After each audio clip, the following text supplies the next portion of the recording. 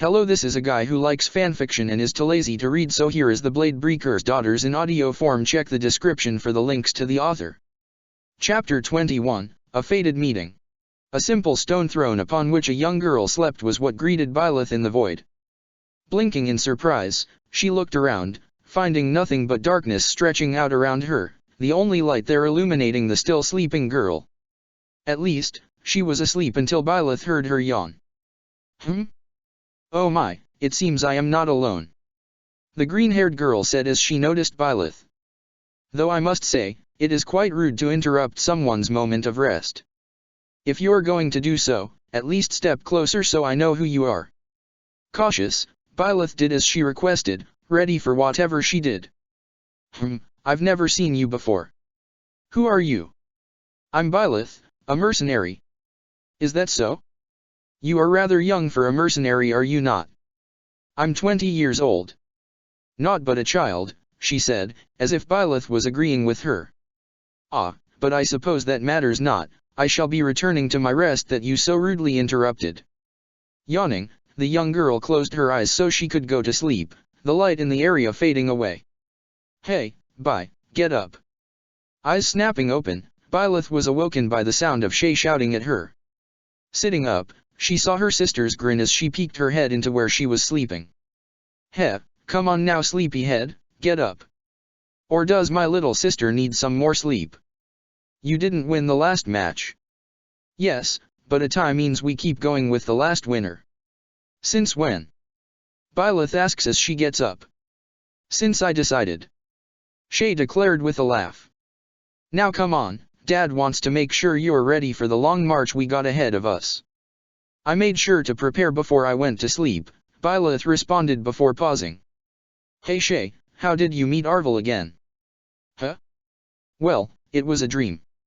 Least, I thought it was till I saw them when I woke up. Why do you ask? There was a little girl I saw while I was asleep. It seemed more than a dream. Wait, really? There's more than one Arvel? Shay asked, her eyes looking over to the side. How am I supposed to know? Her ghostly friend asked, their words unheard by Byleth. Though if it is anything similar, she likely will awaken her own powers, making her that much more difficult to defeat. Well, Arvel isn't sure, but you might get your own powers. That's dash. Kids, get out here. Geralt's voice caught their attention, an edge to his voice telling them something serious was going on. Immediately rushing out, both girls grabbed their weapons as they went to meet their dad. Who was hanging out with three people who seemed to be their age, if a bit younger. The trio seemed to be wearing uniforms of three different colors, red, blue, and yellow respectively. As the three of them noticed the sisters, Byleth couldn't help but feel the white-haired girl immediately begin to evaluate them with her gaze. Get a move on, kids, we have bandits to deal with. Geralt said, explaining what was going on. Wait, really? Yes, I would like to apologize for leading them here, the blonde boy said, a tenseness to his voice. If it helps, we can provide backup to you, our oh so wonderful saviors, the dark-skinned boy said with a mirth that didn't reach his eyes. I don't know, if it's just some bandits, and I can probably deal with it, Shay said. We should still be careful, Byleth responded as she saw Ezra approaching. Even if they're just bandits, we shouldn't underestimate them. You got that right, Ezra said as he came up. Spotted the bandits, they don't look well armed but there's a lot of them. We're in for some trouble if we just try to defend.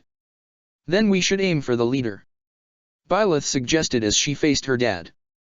They might scatter if the leader falls, you and the rest can focus on defending the town, while these three, Shay, and I act as an attacking force. If you require our assistance, we would be glad to help, the white-haired girl declared.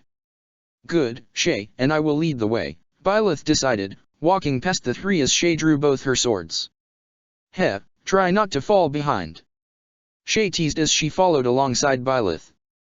Glancing behind her, Byleth could see the trio had armed themselves with an axe, spear, and bow respectively. It also seemed like they were indeed battle-tested as they didn't show any hesitation in following behind them.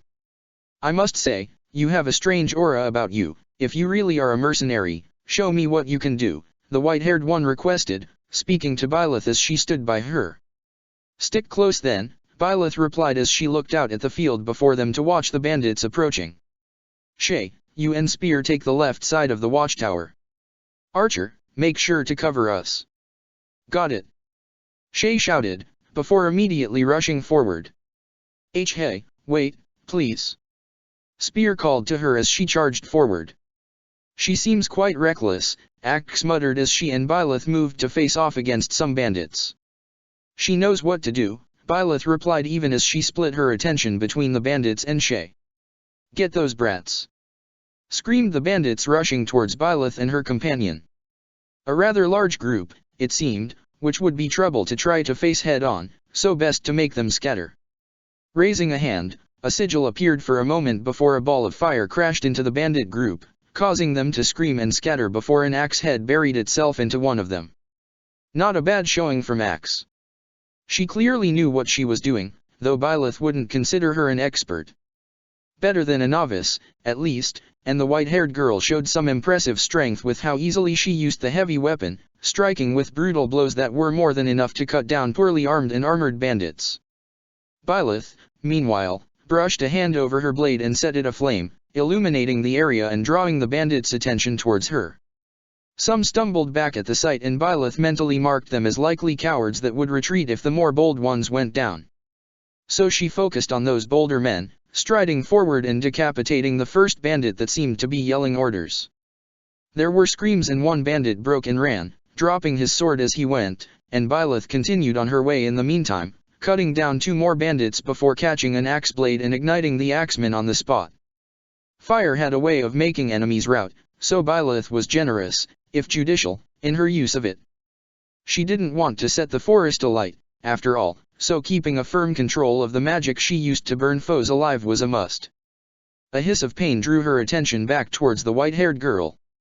Byleth wasn't completely sure if she was a client, considering she volunteered to help, but the girl was under her command at the moment so she flicked a hand, casting a basic heal to mend the cut across her shoulder before Byleth moved in and stabbed straight through the swordsman fighting her potential client. I had that handled. Byleth just raised an eyebrow at the girl. Focus on the spearman. Swords are more flexible up close and you have to commit too much to the blow to deflect them properly. The girl blinked at her, but Byleth was already moving. She decided to demonstrate what she meant for the white-haired girl and found an axe-wielding bandit that was still trying to press the attack. She removed the head of his axe from its handle, then removed the top half of his head from the lower half. "See. I do see your meaning, yes. Good." There were a surprisingly large number of bandits. Byleth made a mental note to ask Victor if any of the bandits here happened to have open bounties on their heads before continuing her work in collecting them. A glance over showed the other members of her group were handling the bandits well enough. Spear was backing up Shay as she cut her way through every foe in front of her, a whirlwind of death as usual that he was at least doing a bit to help by taking out the stragglers, while Archer picked off foes from a distance.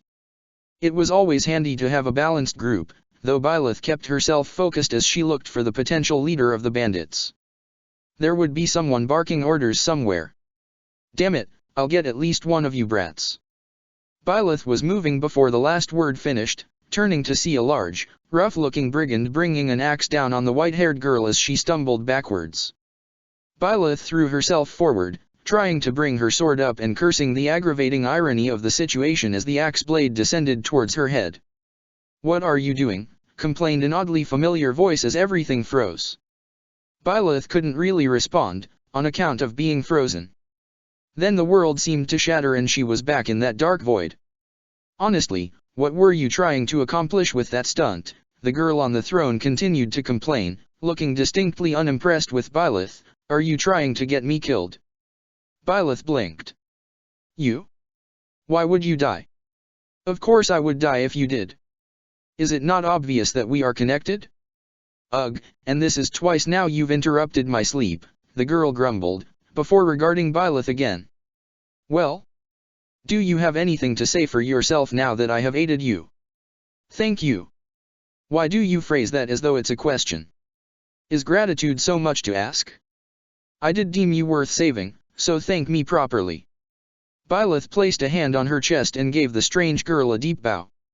Thank you for saving my life. Humph, there we are, much better. Now then, I am Suthies, though you may also address me as the Beginning. It is another name I am known by. Ah, okay. I know how that works. You're Suthies, the Beginning, then. No, it isn't a title, it is another name. Oh, never mind. You really are a dull child, aren't you? I've been called that.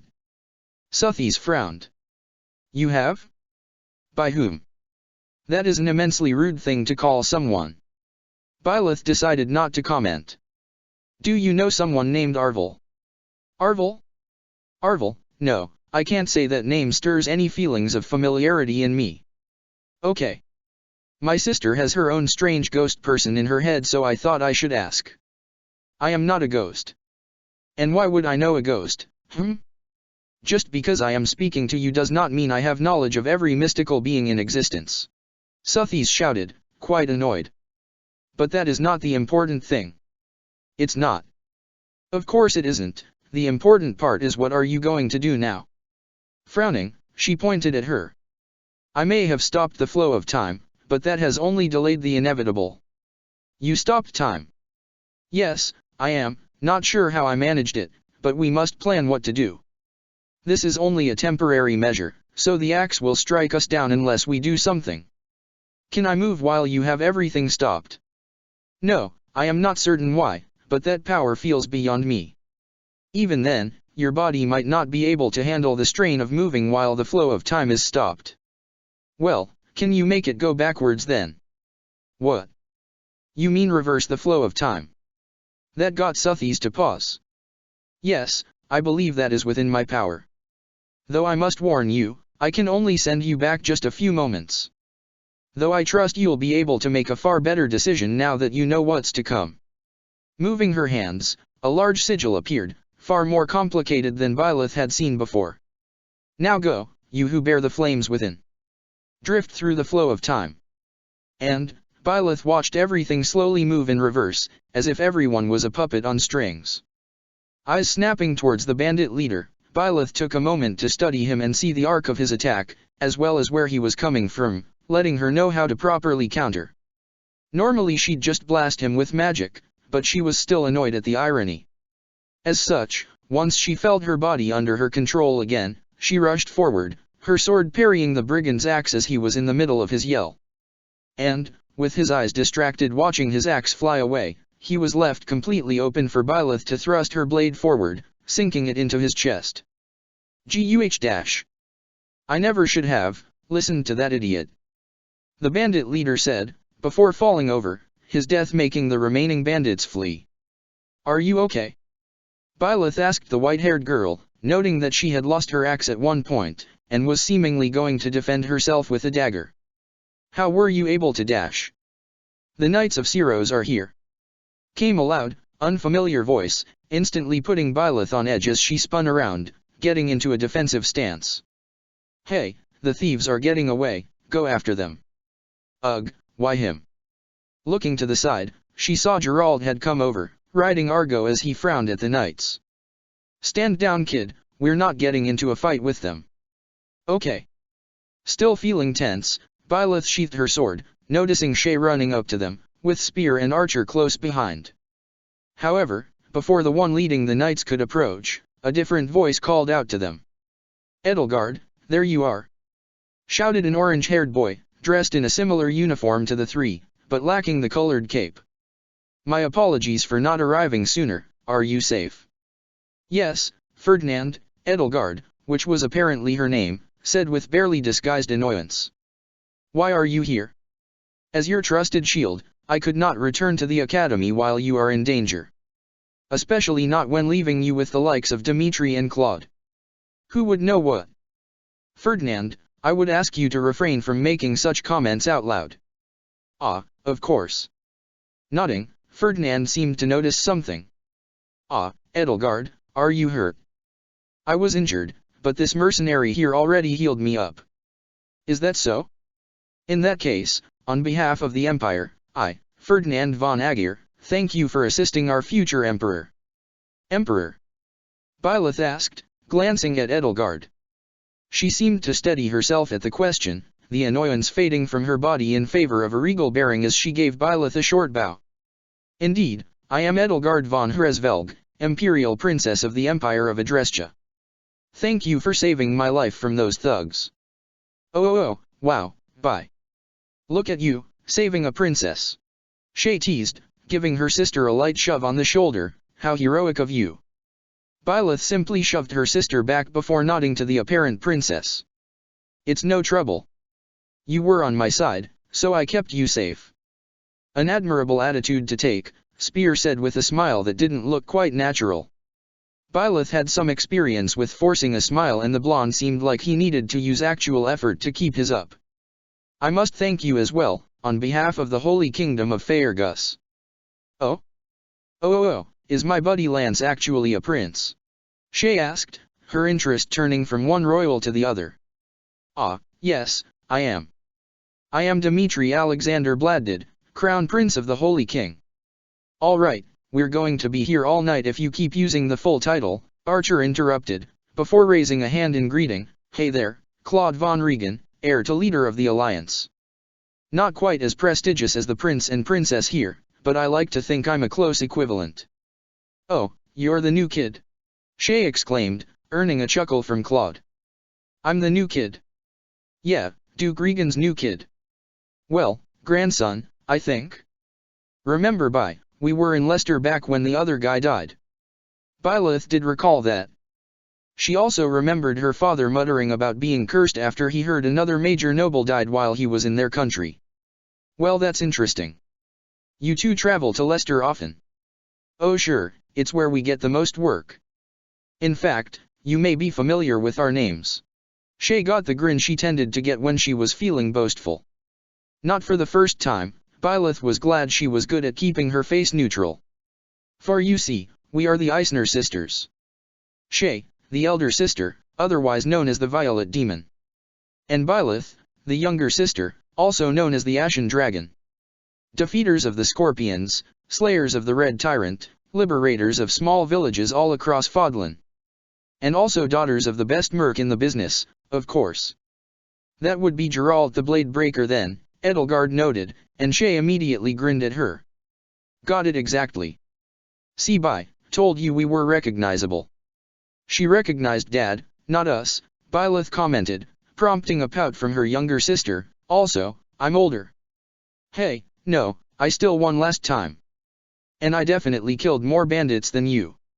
I took down 13, how much did you get? Byleth gestured towards the leader's corpse. I killed the leader. That's still one, it shouldn't count for more. That's not the rule we decided on. Shay mock glared at her, then let out a groan as she let her head fall. Yeah, okay, I guess you're older now. Excuse me, but I don't quite understand what that was, Dmitri said. It's a thing we do, Byleth explained. Yeah, I'm adopted so we're not sure what my age actually is, Shay explained, popping up from her fake despair pretty quickly. We're pretty sure she's at least a year younger than me. Yup, no way to tell. We're probably twins. The gathered royals and nobles took a moment to look at the taller, openly smiling purple-haired girl in brown and red-orange clothes, before glancing at the shorter, neutral-faced, teal-haired woman in black and gray clothes, with the only real hint of color being some pink lining. Sounds about right to me, Claude said, grinning at the twins. So, you usually work for the Alliance, huh? Yup. Lots of Leicester nobles like to hire us to deal with stuff. We do work for the Empire nobles too, though we tend to work for small villages like this one too, Shay explained, before grinning at Claude. Why? Are you looking to hire us, Your Grace? Heh, no need to bring out the fancy forms of address here. I'm not the Duke yet, and Claude works fine for me. Besides, I was hoping to get to know you two better before jumping straight to making offers. Dmitri cleared his throat. Then, if I may offer my own proposition, the Holy Kingdom of Faerghus could well use exceptional individuals of your skill. Please, do consider returning to the kingdom with me. I would think a prince would have more dignity than to beg for aid, Ferdinand commented, making Dmitri straighten with a frown directed towards him, though if we are all making offers, then I, Ferdinand von Aegir, should let me be the one to speak with them, Edelgard interrupted, giving her shield an annoyed look. Oh, of course Edelgard, you do need the experience in negotiating for yourself. Please, go right ahead. By your leave, I suppose. Edelgard turned to the sisters, her annoyance carefully hidden by the time she faced them. I will not belabor the point. As heir to the Adrestian Empire, I would be pleased to see your skills lent to the betterment of my nation. All right, I hear all of you, Shay said, nodding along, and I know an easy way to solve this. Which of you can pay the best? Byleth elbowed her sister. We're under contract with Remire Village at the moment, so we'll have to speak with our father. I fully understand. Really? You would so readily turn down an offer like this? Ferdinand seemed put out. If it is a matter of payment, I can assure you, the Empire is able to offer far more than a wasteland like Faerghus. Dmitri twitched. Ferdinand, I would request that you not openly insult my homeland. Oh, my sincere apologies, Your Highness. I am curious though, how much do you think you could offer our mercenary friends here from your meager coffers? Wow, I knew things were bad between the kingdom and the Empire, but I didn't think Ferd would be so open about it, Claude commented in a stage whisper to the two mercs, prompting a thoughtful look from Shay. You know, it would mean a lot of work for us if Faerghus and Adrestia went to war, ow. Hey. Not in front of the nobles, Byleth chided, prompting an amused noise from Claude. Well, I can tell you two are going to be fun. Think you might be coming back to the monastery with us. You're from a monastery, Shay paused, before she frowned. Are you from Gareg Mach? That's where we're coming from, yup. What, the Officer Academy uniforms didn't give it away. Haven't seen them before. And, no, we probably won't be coming back with you guys then. And why would that be? Edelgard asked, ignoring the continued discussion between Ferdinand and Dmitri. Oh, you know. Claude raised an eyebrow, still grinning. No, I don't think any of us do. Are you two not so fond of the church or something? Shay folded her arms over her chest. If you're asking that question, you already know you shouldn't be asking it. Sounds a little recursive to me, but alright, I get what you mean. Shame though, I think it would have been fun to see you two around more often. Alright kids, time to get packed up, Gerald said as he came over to their group, along with the mustachioed knight from earlier, we're moving out. We are. Shay blinked. Wait, where are we going? Gareg Mach Monastery, their dad answered, before sighing, don't make that face. Claude felt his grin grow and Edelgard raised an eyebrow as the two heirs saw the Eisner sisters clearly grimace at the thought of going to Gareg Mach. Ah, so these are your daughters then. The knight, meanwhile, seemed happy to see them, judging by the bright smile on his friendly face. Hello to both of you. My name is Eloise, and I was your father's comrade in arms back when he was the captain of the Knights of Syros. Okay, Shay replied. Byleth was slightly more polite, offering him a nod. It is nice to meet you. Likewise.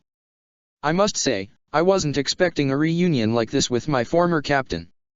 I suppose you could call this a Knight of Syros. The sisters looked at each other, as though confirming that they did hear the exact same thing. Do you think it's too late to run? They have horses, they would catch up. I don't know, I think I could outspeed a horse. I can't. Maybe if I carry you. Claude had a big grin on his face, watching the interplay while Edelgard sighed in exasperation.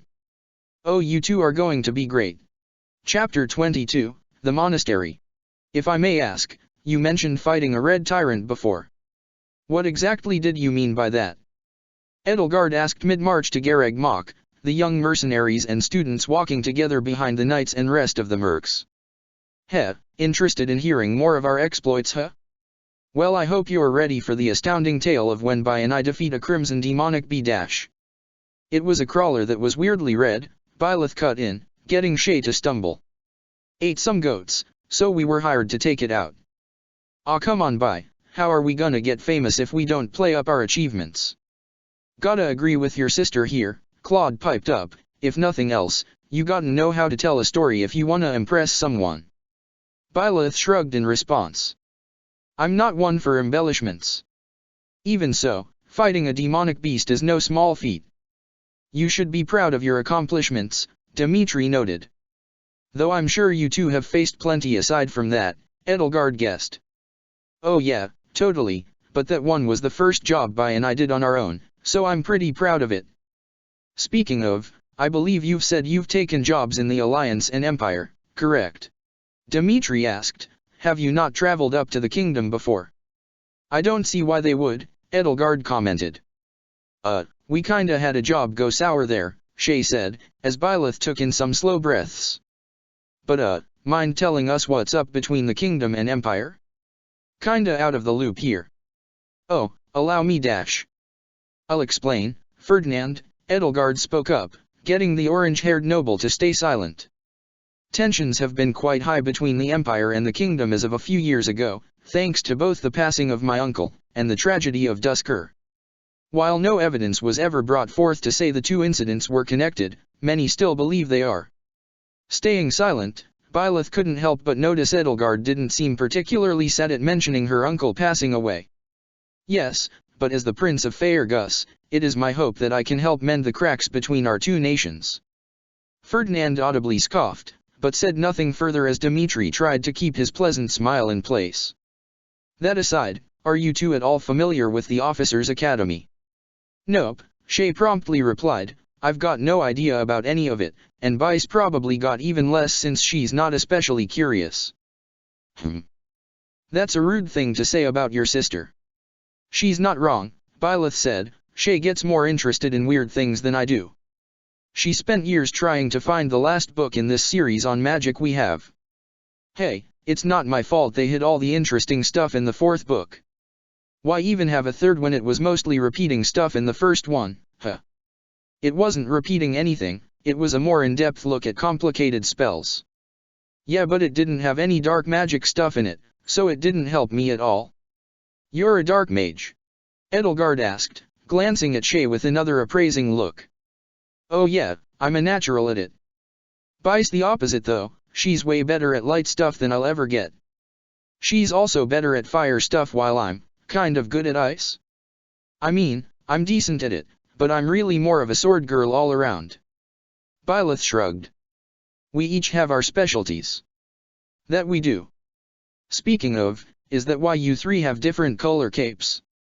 Noticed you used different weapons. No, the three of us are the leaders of the three houses of the academy, Dimitri answered. The houses are where students from each respective nation gather. The blue lions of the kingdom, the golden deer of the alliance, and the black eagles of the empire. Each year students go to the academy in hopes of becoming skilled officers, Edelgard continued, be they nobles or commoners. Though it's mainly nobles, Claude added, not that many commoners can afford to go. Edelgard's class only has one commoner this year, for example. And Dorothea has rightfully earned her place in the academy. That aside, the academy year had only just started, hence why we were out doing training exercises that night when the bandits attacked us, Edelgard explained, before letting out a sigh. Thankfully it seems everyone was able to return to the academy safely thanks to the knights. Byleth couldn't help but take note of that. It was already odd that Costas blamed an idiot for what occurred, but that could be written off as him blaming one of his subordinates for bringing the idea up. The fact that the academy had just started and the students just so happened to be training in the same area as the bandits, however, was oddly timed. Had they been hired by someone?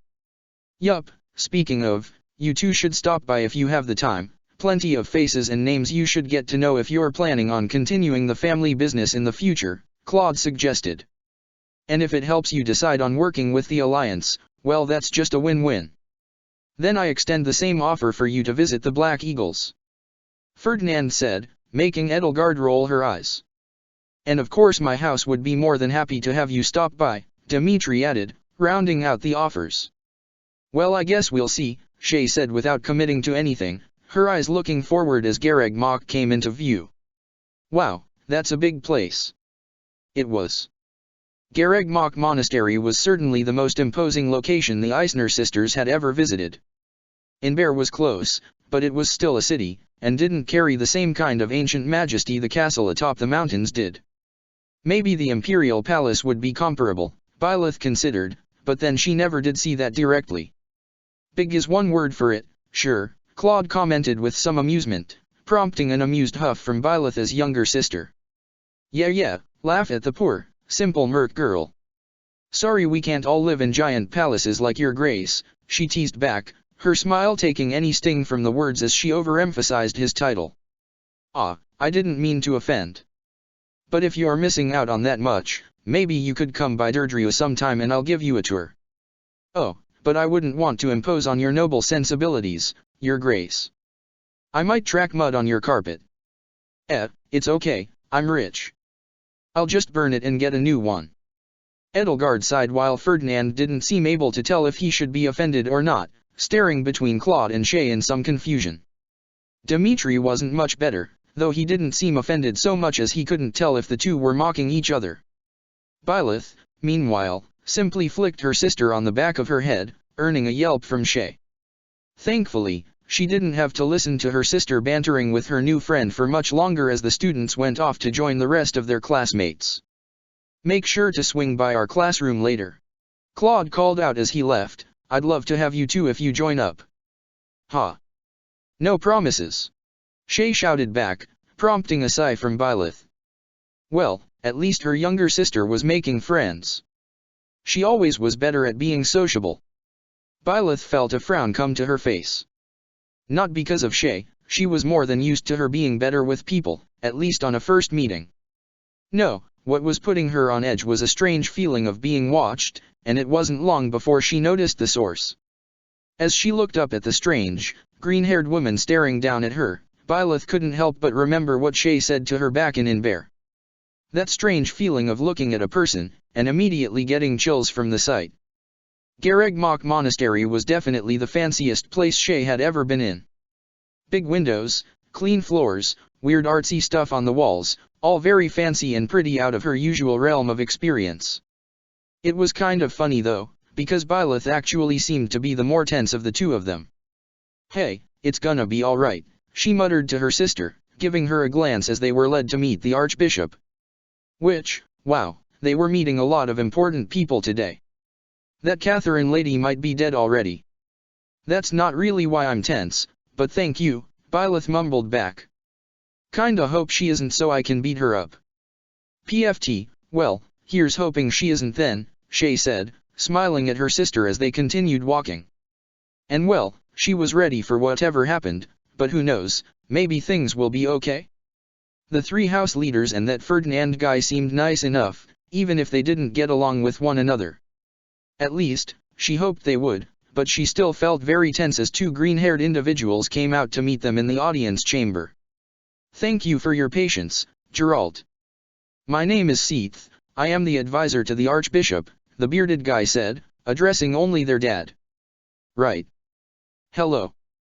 It has been a long time, Geralt. I wonder if it is the will of the goddess that let us meet once again, the Archbishop said, before her eyes moved over to Byleth. If nothing else, I see she has blessed you with fatherhood. Ah, yes, the two were born many years after I left the monastery. Geralt said, getting Rhea to glance at Shay for a moment. Sadly their mother passed away from illness. I see, my condolences. Rhea said, before looking back at the two girls. So, you two are sisters? Ah, yeah. Twins to be specific. Shay said, deciding to lie for the sake of her dad and sister. Name's Shay. Byleth. A fine name. Shay had a feeling she was only referring to Byleth there. From the bottom of my heart, thank you for saving the students of this academy. Geralt, I assume you already know what I wish to ask. Eloise already asked in your stead. I'm honored you want me to rejoin the Knights, but... Your apprehension stings, but I implore you to say yes. As for your daughters, I assume Eloise also informed you what I wish to ask. Ask us what? Shay asked as she raised an eyebrow. During the training exercise, one of the professors who was supposed to lead one of the houses this year chose to flee. As such, I cannot in good faith allow him to teach should he return. So, I wish to ask that your eldest join the academy as a professor. Your youngest would of course also be allowed to join as a student. Whoa, hold on, are you sure that's a good idea? Shay asked, prompting a slight frown from the Archbishop. I mean, I know I'm awesome, but I have no idea how to be a professor. I meant your elder sister, child. Yeah? I'm the older one. Rhea looked between Byleth and Shay, her small frown still present along with a very skeptical look. Byleth, meanwhile, just shrugged. I wouldn't mind being a student. I don't think you should make Shay a teacher though, she's not that smart. Yeah, exactly, Shay agreed, nodding. I was under the impression from Eloise that Byleth was the elder. Oh, right, I took out the bandit leader so I'm the older one now. Oh yeah, forgot about that. I ask that you act seriously when in front of the Archbishop, Seath chided as he looked at the two siblings, his frown very evident. And Lady Rhea, are you certain? I supposed they are just tired from their journey here, the Archbishop interrupted, ignoring her chamberlain. For now, I must step away. Until tomorrow, farewell. A smile on her face again, Rhea nodded to the trio, before she and Seath left the audience chamber, heading back to her office. Byleth leaned to watch them leave, still not sure what she felt from that strange woman, but well aware that it was putting her on edge, and she could clearly see Seath starting to complain to Rhea about her decision the instant he thought they were out of earshot. Well, I suppose that could have gone worse, Geralt muttered as he pinched the bridge of his nose. Guess we don't have much of an option. We could always try fighting our way out. We'd have to flee Fodlan entirely if we did, and that's assuming we manage to escape, Geralt replied to Shay, before leaning in to whisper. Just stay on your guard, okay? I don't know what she's thinking, but she's obviously planning something. Sure thing, Dad. Shay said, grinning as Byleth nodded in response. So, you must be the new professor. My, Eloise didn't mention how handsome you are. Blinking, Shay looked over to see two people walking in, one of whom was leaning in close to her dad. No, you have the wrong person. That'd be her, Geralt said, gesturing to Byleth. You two can handle things from here, good luck. With a nod, Geralt left, leaving them with the two new people. Oh my, I didn't expect you to be so young. Just because one is young does not mean they are not competent, the older guy said, before facing the sisters. My name is Hanneman, one of the professors of this academy, and a crest scholar. If you have a crest of your own, I ask that you pay me a visit so I may study it if possible. And I am Manuela Casagranda, another professor here, but I am also the head physician, a songstress, and available. A songstress? Byleth asked, apparently wanting to know about that. Of course. In fact, before I came here, I was a member of the Middle Frank Opera Company. Perhaps you've been there before. Oh, didn't we go to a play there before? Shay asked. Yes, about 6 years ago. Ah, in that case, it was after I left, but you must have seen my protégée, Dorothea? She's actually attending the academy this year. Byleth paused, tilting her head in thought before nodding. Right, we did see her. She was the girl playing the noblewoman in the play we saw. Oh yeah. She was the mystical songstress. Shay grinned, nudging her sister with an elbow. You know, the girl you thought was cute. Oh. And it seemed that teasing immediately caught Manuela's attention. I said she was pretty, not cute, Byleth responded, not that Shay accepted that. Pretty, cute, it's the same difference. You liked her. You wanted to get her flowers, remember? You were the one that suggested that. Well, I'm sure she'd be happy to get flowers from a fan, but, as her mentor, I do hope you'll watch yourself around her, Manuela warned with a tone that made even Shay feel like she was getting threatened. Now Manuela. I'm sure she'll be on her best behavior, Hanneman said, speaking up for Byleth. As for now, why don't you two go for a stroll around the academy? I'm sure you'll want to familiarize yourselves with the area, and of course, my office is open if you'll allow me to examine you for crests. I guess you have a point, it would be a good idea for them to get to know the students too. If you can, stop by my office as well. As the physician I also need to make sure you have a clean bill of health. Ah, yeah. We'll make sure to stop by later, Shay said, before grabbing onto Byleth and pulling her out of the room. Well, didn't expect to end up here. Yeah, especially as a teacher, or a student, in your case. Think we can leave early if I do poorly enough. They might only kick you out. Yeah, this place would probably try to get only me out, well, might as well make the most of it. Hey, do you think we should go to the marketplace for some flow, gah? Before she could finish her teasing, Shay felt Byleth elbow her in the side. Let's just get this over with, Byleth muttered as they went downstairs, finding someone waiting for them in the reception hall. Hello. Is it correct to assume that you two will be joining the academy? Edgard asked, the young emperor-to-be greeting the two as she got up from where she was sitting. Yeah, Bai is gonna be a teacher apparently, and I guess I'll be a student. Edelgard didn't seem too happy with that information. Pity. I was hoping you would be lending your services to the Empire. I don't suppose you were told which class you'd be teaching. No, and they didn't say which class Shay will be joining, Byleth answered. I would assume they would put you two in the same class. Shay shrugged. Dunno. That might sound fun, but also it feels weird to think of Bai as a teacher. Is that so? Well, regardless, I hope to have the chance to learn from you two. Do either of you two have any questions about the Black Eagles? Well, I haven't really met any of them, actually. Do you mind if I ask a favor? Go ahead. You mind showing Bai around? Since she's gonna be a teacher, she probably needs to learn more about this place than me. You still need to look around as well, Byleth pointed out.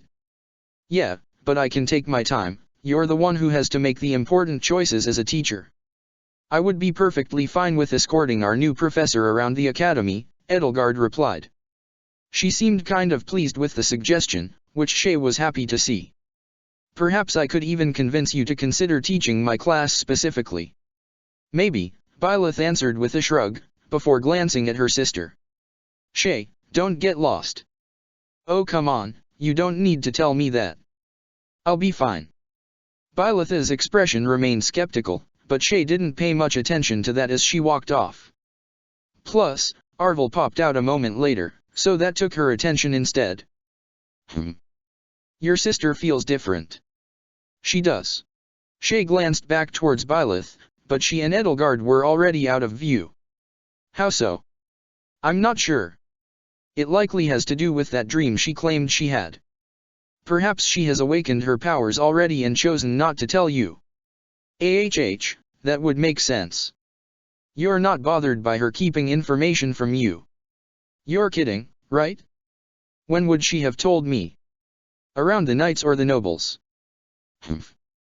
You could stand to be more concerned about this. Something unusual is going on with your sister. Perhaps a dormant power that will change her very being. I know you don't like her, Arvel, so cut it out with the doomsaying, Shay chided as she started to walk, just sort of meandering at the moment, though she kept her tone low enough to avoid looking like a weirdo talking to herself. It's not doomsaying, I'm just saying you may be doomed. That's the same thing. Is it? I didn't notice. Arvel smiled slightly as Shay muttered under her breath about sarcastic little pricks, before giving a glance around the monastery halls. I have to say though, I do share your sister's discomfort with this place. There's a disquieting feeling to the air here. I guess. I just don't like the knights, she whispered, before very deliberately taking a staircase instead of continuing to walk towards the knights she noticed. I really hope that Catherine woman really isn't here.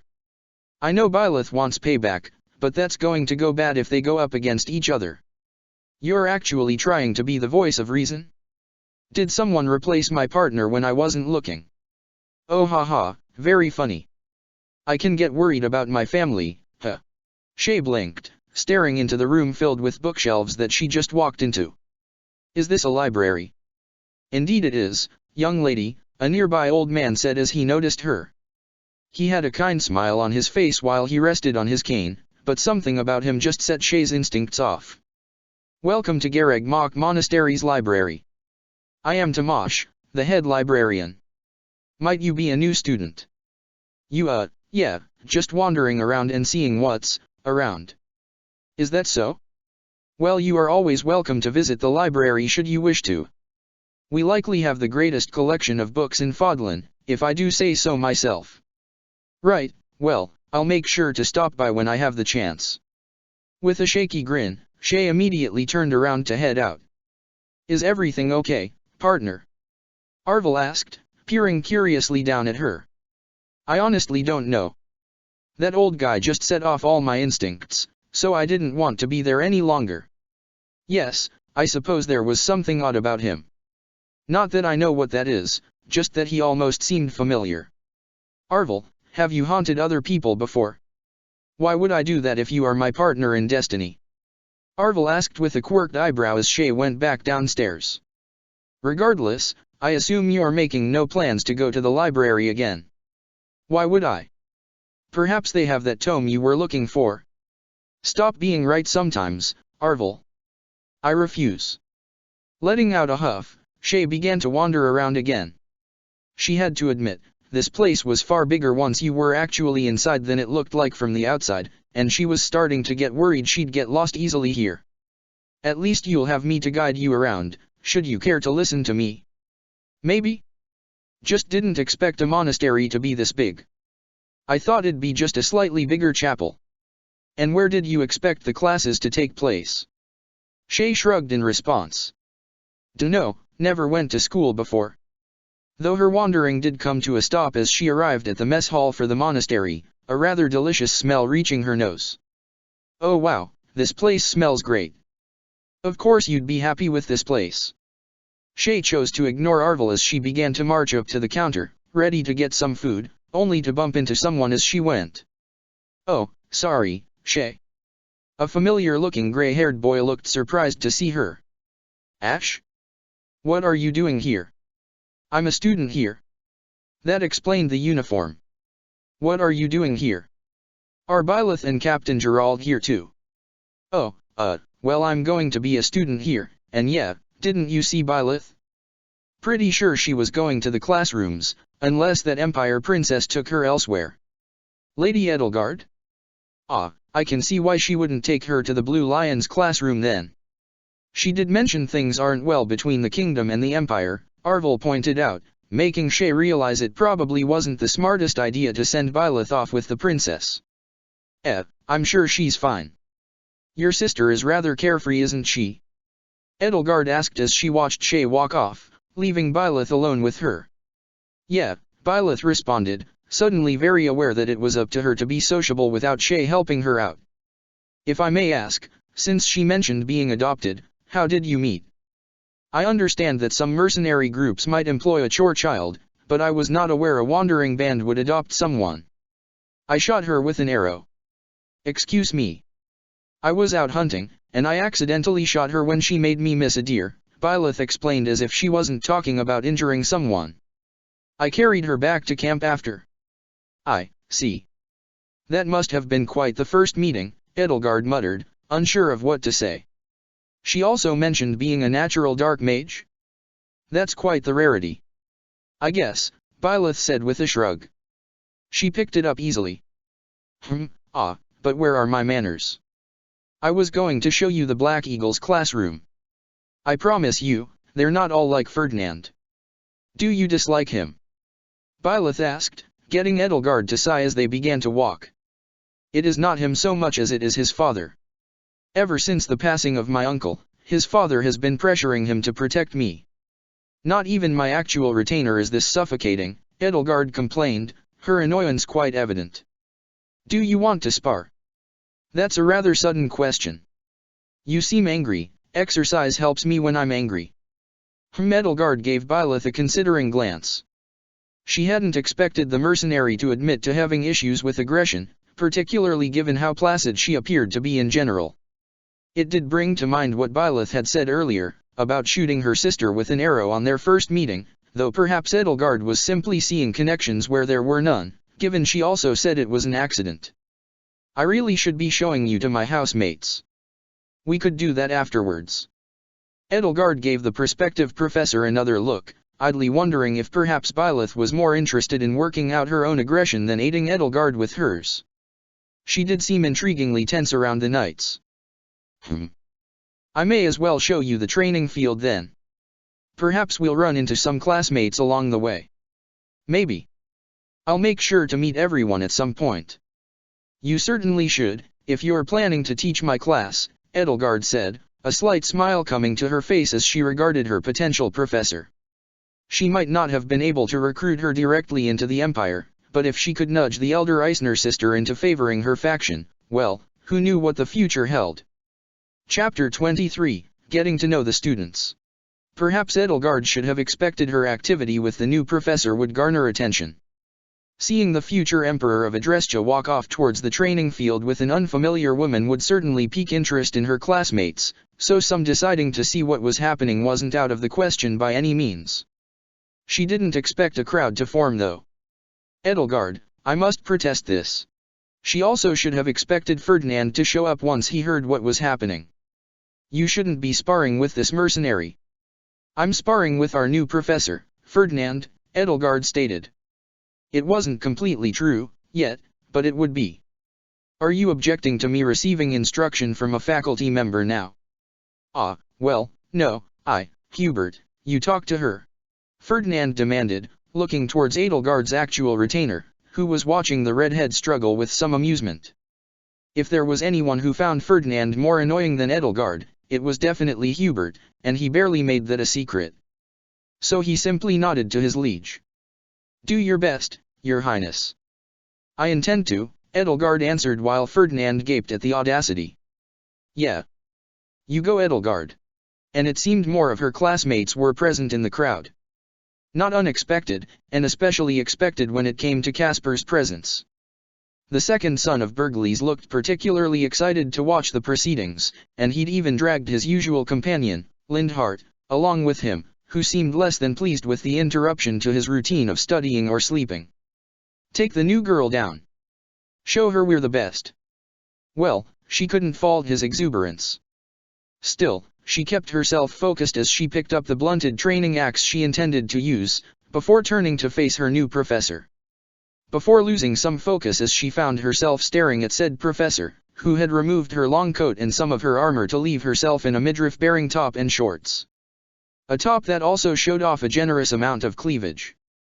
Edelgard shook her head, regaining her focus as she strode out onto the field to face off against the so-called Ashen Dragon. A curious name to be sure, though one that appeared earned given her proficiency with flame magic. May I ask why you chose to remove your armor? It wasn't the first question she intended on asking, but it was a point of curiosity for the young woman as she watched the professor go through a short routine of stretches. You're in your uniform, you're not armored, it's a basic spar, Byleth answered in short order, before plucking a wooden sword from the ground she'd stabbed it into and striding onto the field with an intimidating confidence. There was complete surety in her motions, no hint of unease or even unfamiliarity despite this being her first time on the monastery's training grounds. She swung her sword once, twice, testing the weight in her hand and noticeably stopping her motion before either arc could complete. She had total control over the sword in her hand and Edelgard felt her estimation of the woman rise with the sight. There was no way she was going to let any other class take this woman as their professor. Before we begin, do you have any stipulations for our spar? Edelgard asked. Sure. Best of 3 points, each landed hit counts as a point. If blood is drawn, the spar ends, same as if one of us yields. Edelgard didn't intend to yield, so that rule was moot. Other than that, you can feel free to use what you want. That was interesting. Particularly with how the professor phrased it. Edelgard was free to use whatever she wanted to win the duel, but there was no mention of what limits the professor had. Understood. Then, shall we begin? Sure. And so it began. Not that Byleth took advantage of the start to go on the attack. No, she was hanging back, waiting for Edelgard to come to her.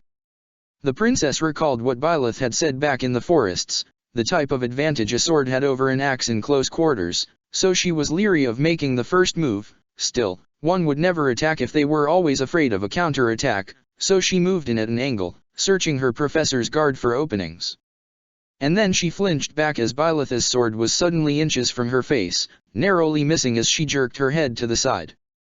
Dimly, she heard an offended gasp from Ferdinand in the crowd, but she had no time to react as more thrusts and swings suddenly came for her, barely glancing off her axe as she brought it up for defense.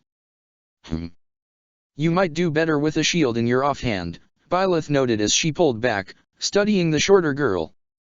You can use the axe blade as a pseudo-shield, but it leaves you open and means you can't press the attack. I was unaware you were intending to make this a lesson already, Professor, Edelgard commented, a slight frown coming to her face. The woman didn't seem to think she was a threat at all. I'm supposed to be a professor, she said as though that was answer enough. Should I take this to show you intend to lead my class then? Why not? She shrugged. I should probably wait to make the decision, but if I'm teaching you already, I might as well. Also. Edelgard winced as the sword suddenly jabbed into her shoulder, quick and efficient. Keep aware of the situation, especially when talking on the battlefield. If you can guarantee you won't get hit, talk. If not, don't. 1 point to you then, Edelgard affirmed, before tightening her grip on her axe. She had no intention of lowering her guard again while on the field with Byleth. Something her professor appeared to approve of, judging by her nod before the two of them began their bout again. This time, Edelgard stayed on the offensive, unwilling to give the professor a chance to decide the tempo of the fight. A strange awareness came over her as she did though, noticing now how her own swings differed from Byleth's. Using an axe really was about committing to an attack, she could move it as easily as swinging a sword, but to actually do damage, she needed to follow through. A sword could flick in and out, stabbing or cutting, but an axe was a weapon of pure cutting force. It couldn't be used shallowly, it needed commitment to each blow. So, then, how to work around the inherent advantages the lighter weapon had against her own. A lance could beat a sword through its longer reach, but an axe would beat a lance by virtue of being too heavy to defend against. How could she use that advantage here though? Her brow furrowed in determined focus, taking note of how her professor didn't move to block her blows, just deflect them, redirecting their momentum and costing Edelgard the effort of having to pull back. Perhaps if she forced her to block them then, Edelgard pushed forward, gritting her teeth and swinging her axe with a brutal force for her professor's head. And this time, her professor caught the axe's head on her blade, her eyes narrowing for the slightest instant as she was forced to block the heavy blow.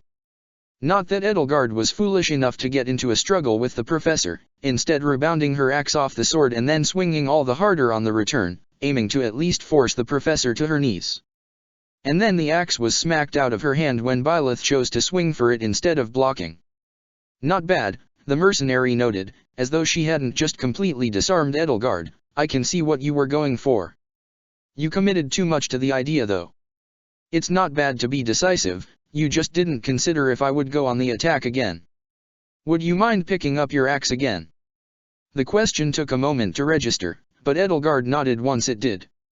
A part of her felt strangely embarrassed, probably at losing so decisively in front of her classmates, but she did move over to her axe and pick it up, before returning to the professor. Here, like you were doing before. She held her sword up in a block, similar to what she did before. Axe blade right here, all right. Understood. Edelgard frowned as she positioned her axe's head in the same place it had been in while she was trying to batter down the professor. All right, could you do that without both hands on the axe? Yes. Where are you going with this? Okay, swing down, but this time, keep the pressure up. Keep me locked in place, okay. Edelgard's brow furrowed, but she did as requested, pushing down on her professor, who didn't seem especially strained.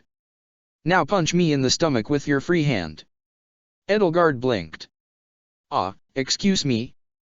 You don't have to if you don't want to, but I'm very open right now. See? One hand on the hilt and my other hand is on the blade to keep things balanced, Byleth explained, so I don't have any ability to block, at least not easily, if you follow up and hit me in the stomach. Or knife me, that's also a potential move, though not one you want to do in a spar. Oh, and if you're a decent caster, magic is also a move you could use in this position. Edelgard glanced at her teacher's bare midriff, which looked more firm than vulnerable, at least to her eyes, before frowning back up at her. Would that work? In the position you had me in, yup. It might not finish the fight, but it would be a solid hit that could potentially put me down. The stomach's a vital area without a lot of natural protection since the ribs are more up around your heart. It might not be immediately lethal, but a stomach wound can be very debilitating. I see. And why didn't you do anything like that in our fight? You're clearly a skilled magic wielder, so why not bring that to bear here? Because I would have killed you. The statement was so blunt and matter-of-fact, Edelgard needed a moment to actually register it. I am not weak, Professor. You're not, no. But I kill people for a living.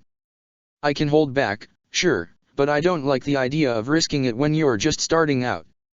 Even then, if I were to seriously injure you, it might affect your ability to fight even if you were healed properly. One would think you were a fighting instructor before this and not just a mercenary, Edelgard noted, getting Byleth to shake her head. I'm going to lead my father's mercenary group in the future, so I need to know these things. With that, Byleth stepped back so they could get into starting positions. Whenever you're ready. Keeping a hand on her axe, Edelgard came to a realization that, at least at the moment, she had no way of beating the mercenary in terms of skill. She herself had seen combat before, but there was no knowing just how that compared to the years of experience her professor had. That being said, she still wanted at least 1 point off of her, and if there was one thing Edelgard had, it was overwhelming force. And while it might be cheap to use her 2 crests against her, Edelgard was feeling petty enough to do so. Charging forward, Edelgard swung her axe with one hand, making it seem like she was listening to Byleth's instructions, as she felt her crests empowering her. The slight widening of Byleth's eyes were the only indication that she realized something was up as she chose to dodge instead of block. With a smirk, Edelgard slammed the axe onto the floor, causing cracks to spread which she quickly took advantage of as she flicked her axe, making debris fly towards the mercenary's face. Seeing her wince, Edelgard pressed the advantage, rushing forward to catch her professor off guard, her axe flying to strike, and she came to a stop as she felt her sword against her neck, Edelgard's axe stopping against Byleth's side. Not bad. Byleth said as she rubbed her eyes clear. That's a point for both of us, I suppose. I thought I had you there. You almost did. If you had changed your angle of attack, you would have. For reference, blinding your opponent means nothing if they know you're still in front of them, Byleth said after she cleared her eyes. Still, you improved over the course of that fight. She gave Edelgard a small smile. I look forward to teaching you. And I look forward to learning from you. Thank you. I'm glad you're feeling better. Excuse me. You don't seem angry anymore. It's good that you're not, anger is unpleasant. Edelgard blinked. She did feel better. Huh. And with that, the match ended, and Edelgard felt herself stepping backward to avoid the sudden rush as a number of students crowded around the new professor. That was amazing. The first and loudest of which was, of course, Casper. The young man looked astounded at Byleth. I didn't think anyone could beat Edelgard, and you did it no problem. The young heiress refrained from commenting on his words. I wouldn't say it was no problem, but it is a good thing she didn't actually strike Edelgard during the spar, Ferdinand commented, getting Casper to stare at him in confusion and incredulity. Edelgard was a good sparring partner, Byleth said, somewhat agreeing with Ferdinand. I must be admitting, I am quite shocked you were able to win against Edelgard, Petra said, doing her best to get her praise across. Just goes to show how strong our new professor is. Dorothea said, leaning forward towards Byleth, and Edelgard couldn't help but note how her classmates' eyes wandered over their professor's body. I must say, Edie, you certainly brought us a good one. Excuse me, you're Dorothea, from the opera company. Oh, that I am. I didn't think even mercenaries knew who I was. My family and I saw a play you starred in years ago, it was really nice. The professor seemed to frown for a moment. I would have preferred a happier ending though. Wouldn't we all? Alas, that's how it goes on the stage. But I'm glad you enjoyed the play, Professor. Maybe I can sing for you if we have the time during the school year. That sounds nice. Byleth said, agreeing to the idea before glancing around. Is this everyone from the class? She asked, noting a few other students milling about and not approaching. At least one girl with light brown hair was watching with an odd expression on her face. Well, There's also Lindhart, but he fell asleep. Caspar said, gesturing to the mage who had fallen asleep on the floor. Bernadetta is also in our class, but she did the running away when she heard a fight was going to happen, Petra said, explaining where their missing classmate was. She ran away? Huh. We'll need to work on that, Byleth muttered, prompting a bit of amusement from Edelgard at the thought of their teacher trying to keep the easily frightened girl still. While she didn't doubt her professor was capable, as clearly evidenced by their spar, Bernadetta wasn't exactly easy to handle.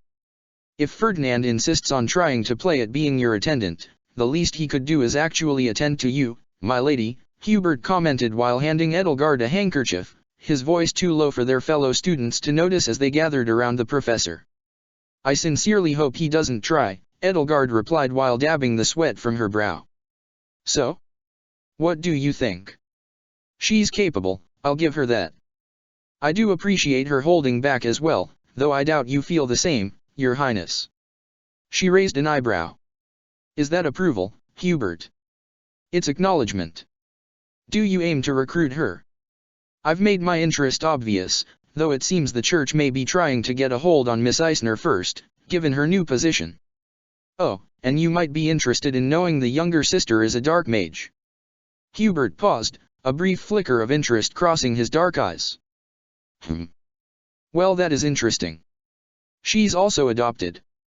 That might not necessarily suggest anything. But it is better to be careful than careless. If either become a problem, then we'll adjust to the Eisner sisters. The elder is to be our professor and the younger is to be a classmate. She glanced up at her attendant with a slight frown. So no trying to threaten them away from me. I know how you are with Monica. I have no idea what you mean, Your Highness. Though I will mention it is a good thing she lives in Oaks and not nearer to the monastery. I would prefer to have some advance notice if she decides to come visit. Again. Edelgard's lips twitched in a moment of humor at the thought of her sometimes overly enthusiastic supporter, before she shook it off and turned towards her classmates. All right everyone. Do not crowd the professor, she still needs time to tour the grounds. Oh, of course. And I would be glad to show you. Edelgard stepped up to the professor and placed a hand on her shoulder, steering her away from Ferdinand. No, Ferdinand, this is my task to handle as the house leader. Why don't you find Professor Eisner's younger sister? She's joining as a student as well, so recruiting her. Oh yes. That would be quite the boon to our house.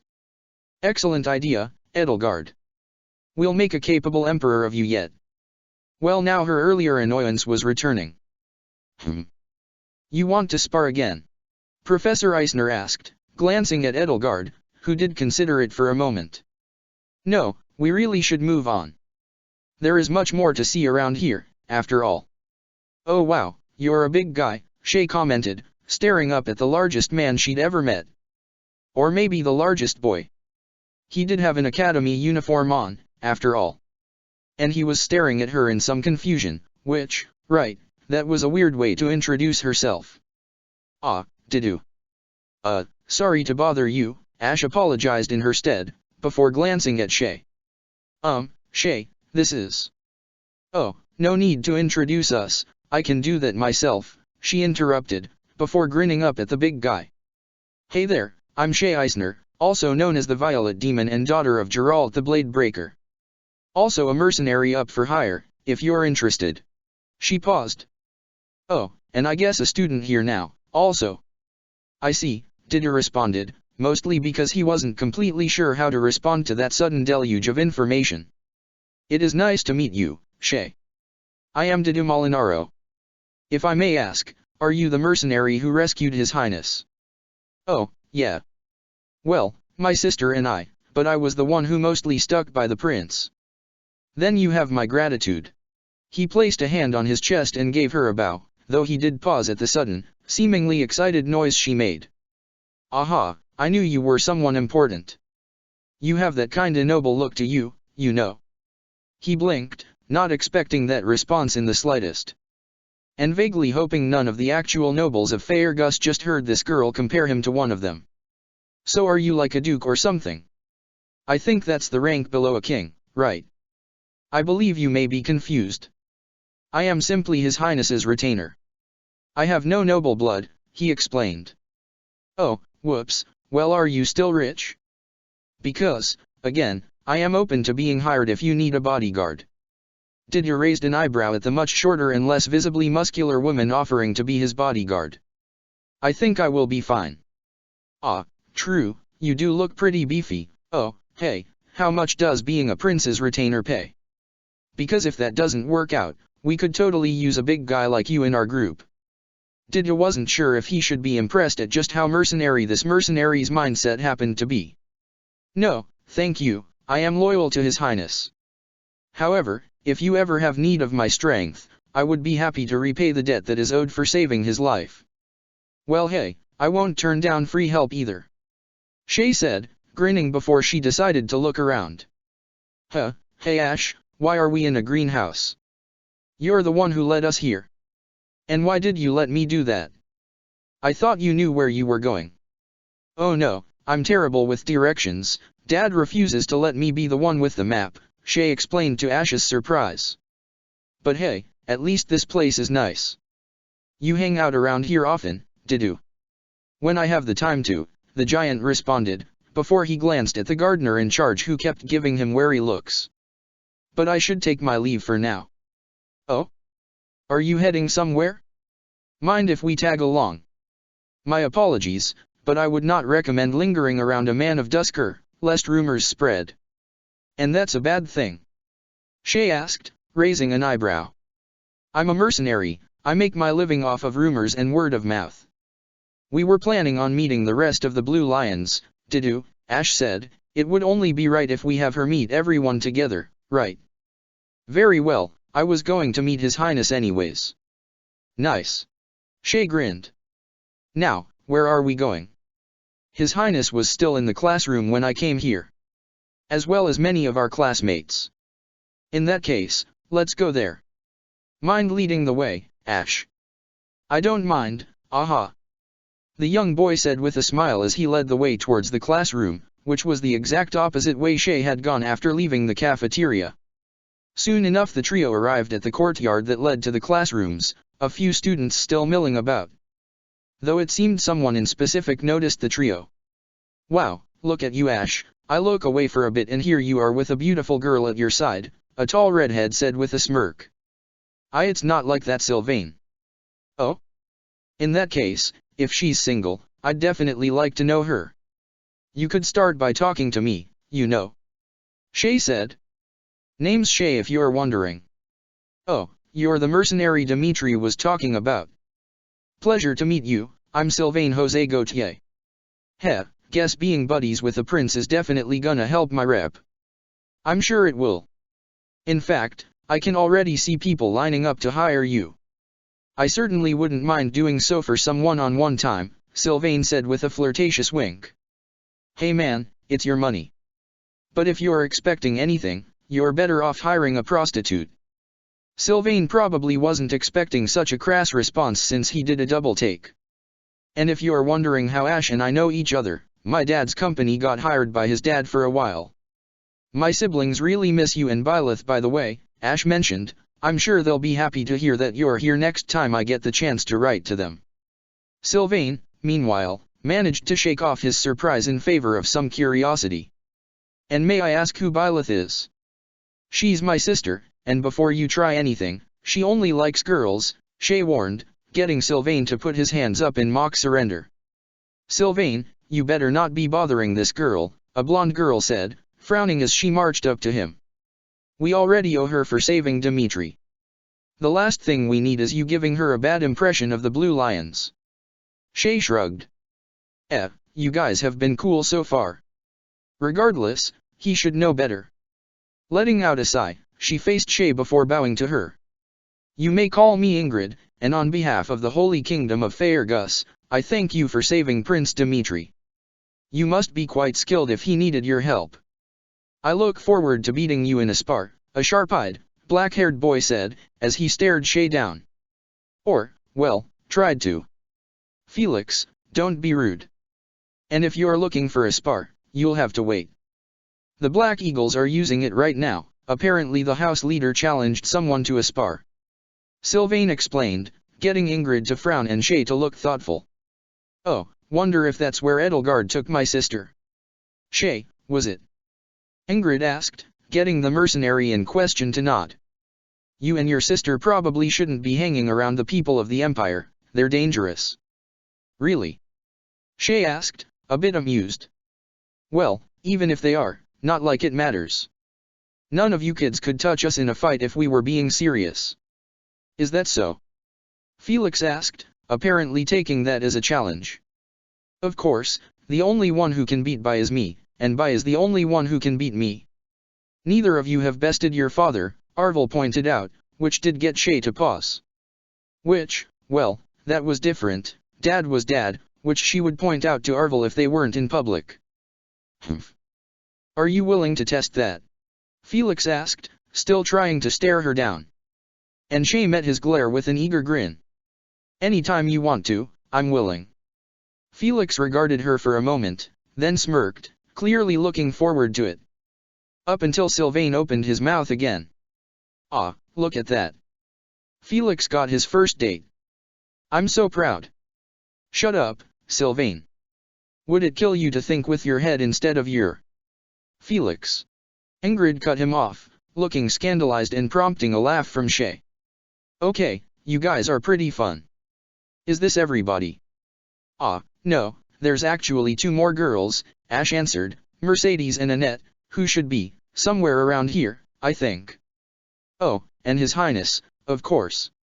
And a few other students. Well, alright, let's go find them. Ash, you're my guide. Huh? Oh, alright, whoa, slow down, he tried to request as Shay grabbed him by the wrist and started dragging him off, much to Sylvain's amusement. Ah, they grow up so fast. Who are you referring to? Dimitri asked curiously as he came over to the gathered group. Would it be funnier to tell you, or leave it a secret? Ingrid and Felix just sighed before getting back to what they were doing, leaving Dimitri's question unanswered and the blonde prince increasingly confused. And here we have the gardens, Edelgard stated as she continued showing her future professor around the academy's grounds. Specifically, these are the outdoor gardens many students will gather in for leisure during their free time. It is not unusual to see tea parties hosted at the tables set out here. Is that Shay? Byleth interrupted, catching the princess off guard. Partially because her professor had been content to let her talk up until this point, but also because the younger Eisner sister was indeed sitting at one of the tea tables alongside some students she recognized as being from the Blue Lions. Oh wow, this is good, ah hey bye. And it seemed she noticed the 2 of them as well, as she suddenly sat up and began waving at her sister. Hey, come join us. And bring the princess too. Okay. Without another word, Byleth walked off, heading to the table expecting Edelgard to follow. Which, there was a slight chance she might be convinced to join a different class, so best not leave her alone with the Blue Lions. Is that you, Ash, MH? Tastes great, doesn't it? Shay asked after cutting off her sister by shoving a tart into her mouth. Apparently we can just have these whenever. She smiled brightly, ignoring the stare her sister was giving her, which slowly went away as she ate the tart, her faintly annoyed expression fading as she tasted the pastry. Well, not whenever, but we don't mind if you want to join us for our tea parties whenever Mercedes and I make some treats, right? Annette asked as she looked at her companion. The more the merrier, the older Blue Lions member said with a gentle smile. Can I have another? Byleth asked, staring at the plate of treats. Go ahead, Mercedes allowed, before looking at Edelgard as Byleth grabbed another tart to eat. What about you, Edelgard, would you like one? I would hate to impose. Nonsense, if anything you're helping us. We're not going to be able to finish this off ourselves, and I would hate for them to grow stale. Well, if you insist. The treats did look rather delicious, and Edelgard did her best to school her features as she bit into one. Edelgard took a seat at the tea table. So what have you been up to, Bai? Shay asked. I heard something about a spar out at the training ground. Yeah, I sparred with Edelgard, Byleth answered, inclining her head towards Edelgard before pausing as Mercedes poured her a cup of tea. Thank you. You're very welcome, the older blonde said with a smile, before giving her a curious look. Miss Byleth, was it? At her nod, she continued. Your sister was telling us that you are going to be a professor here. Oh yeah, have you picked out a class yet? Annette asked, also curious. Edelgard decided not to speak up, wagering that the professor might be bothered if she were interrupted, and her wager paid off as the woman nodded. Yeah, I'm probably going to be teaching the Black Eagles. I already trained with Edelgard and the rest of her class seems nice.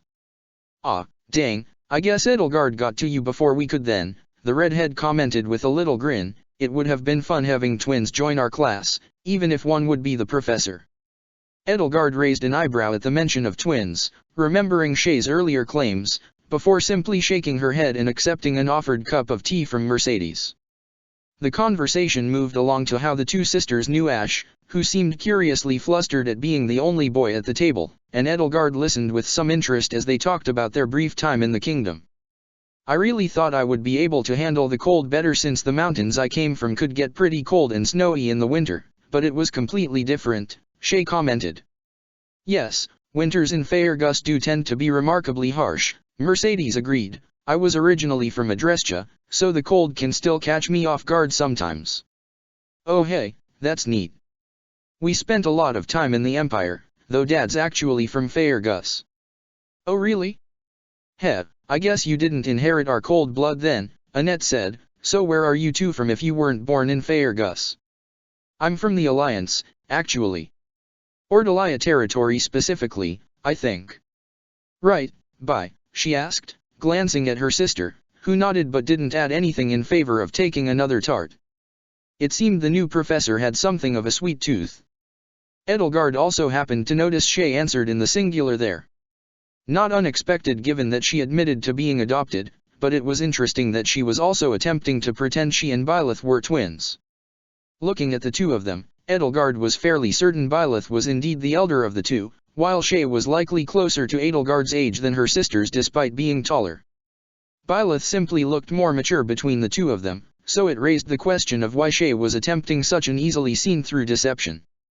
There you two are, I've been looking everywhere for you. A voice shook her out of her thoughts as Claude came up to the small party. Here I was waiting for my new friends to come visit, only to find out you went to have a tea party, Claude said with mock offense. Oh sorry your grace, I guess I lost track of the time while having fun, Shay mockingly replied with a smile. Well if you're really sorry, you can make it up to us, isn't that right Hilda? Claude asked his pink-haired companion who seemed to have been dragged along with him. Oh yeah totally. I'm sure there's plenty a pair of big, strong mercs like you two can do to make it up to us, Hilda said, buttering up the two mercenaries as she's wont to do. Heh, too little, too late, Claude, both of them have already chosen what class they're going to join, Annette said with a smug smile. Ah but you forgot. Transferring between classes is allowed for students, so who knows, we might end up stealing Shay away. Claude glanced at Byleth. Not sure if we can steal a professor too, but hey, I'm willing to give it a try. Transferring? Byleth asked, not bothering to wipe the crumbs away from her mouth. Students are allowed to transfer between classes should they wish, this mainly happens should one wish to learn under a different professor, Edelgard explained. Or if they want to try and get close to someone from a different class.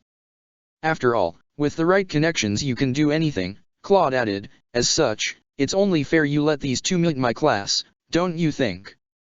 Just don't come crying to me when your classmates wish to transfer over to the Black Eagles, Edelgard said, deciding to not try and force Byleth to stay. If you want I'll toss Lawrence your way, Claude said as Byleth and Shay got up, though the former was stopped as Edelgard pulled out her handkerchief.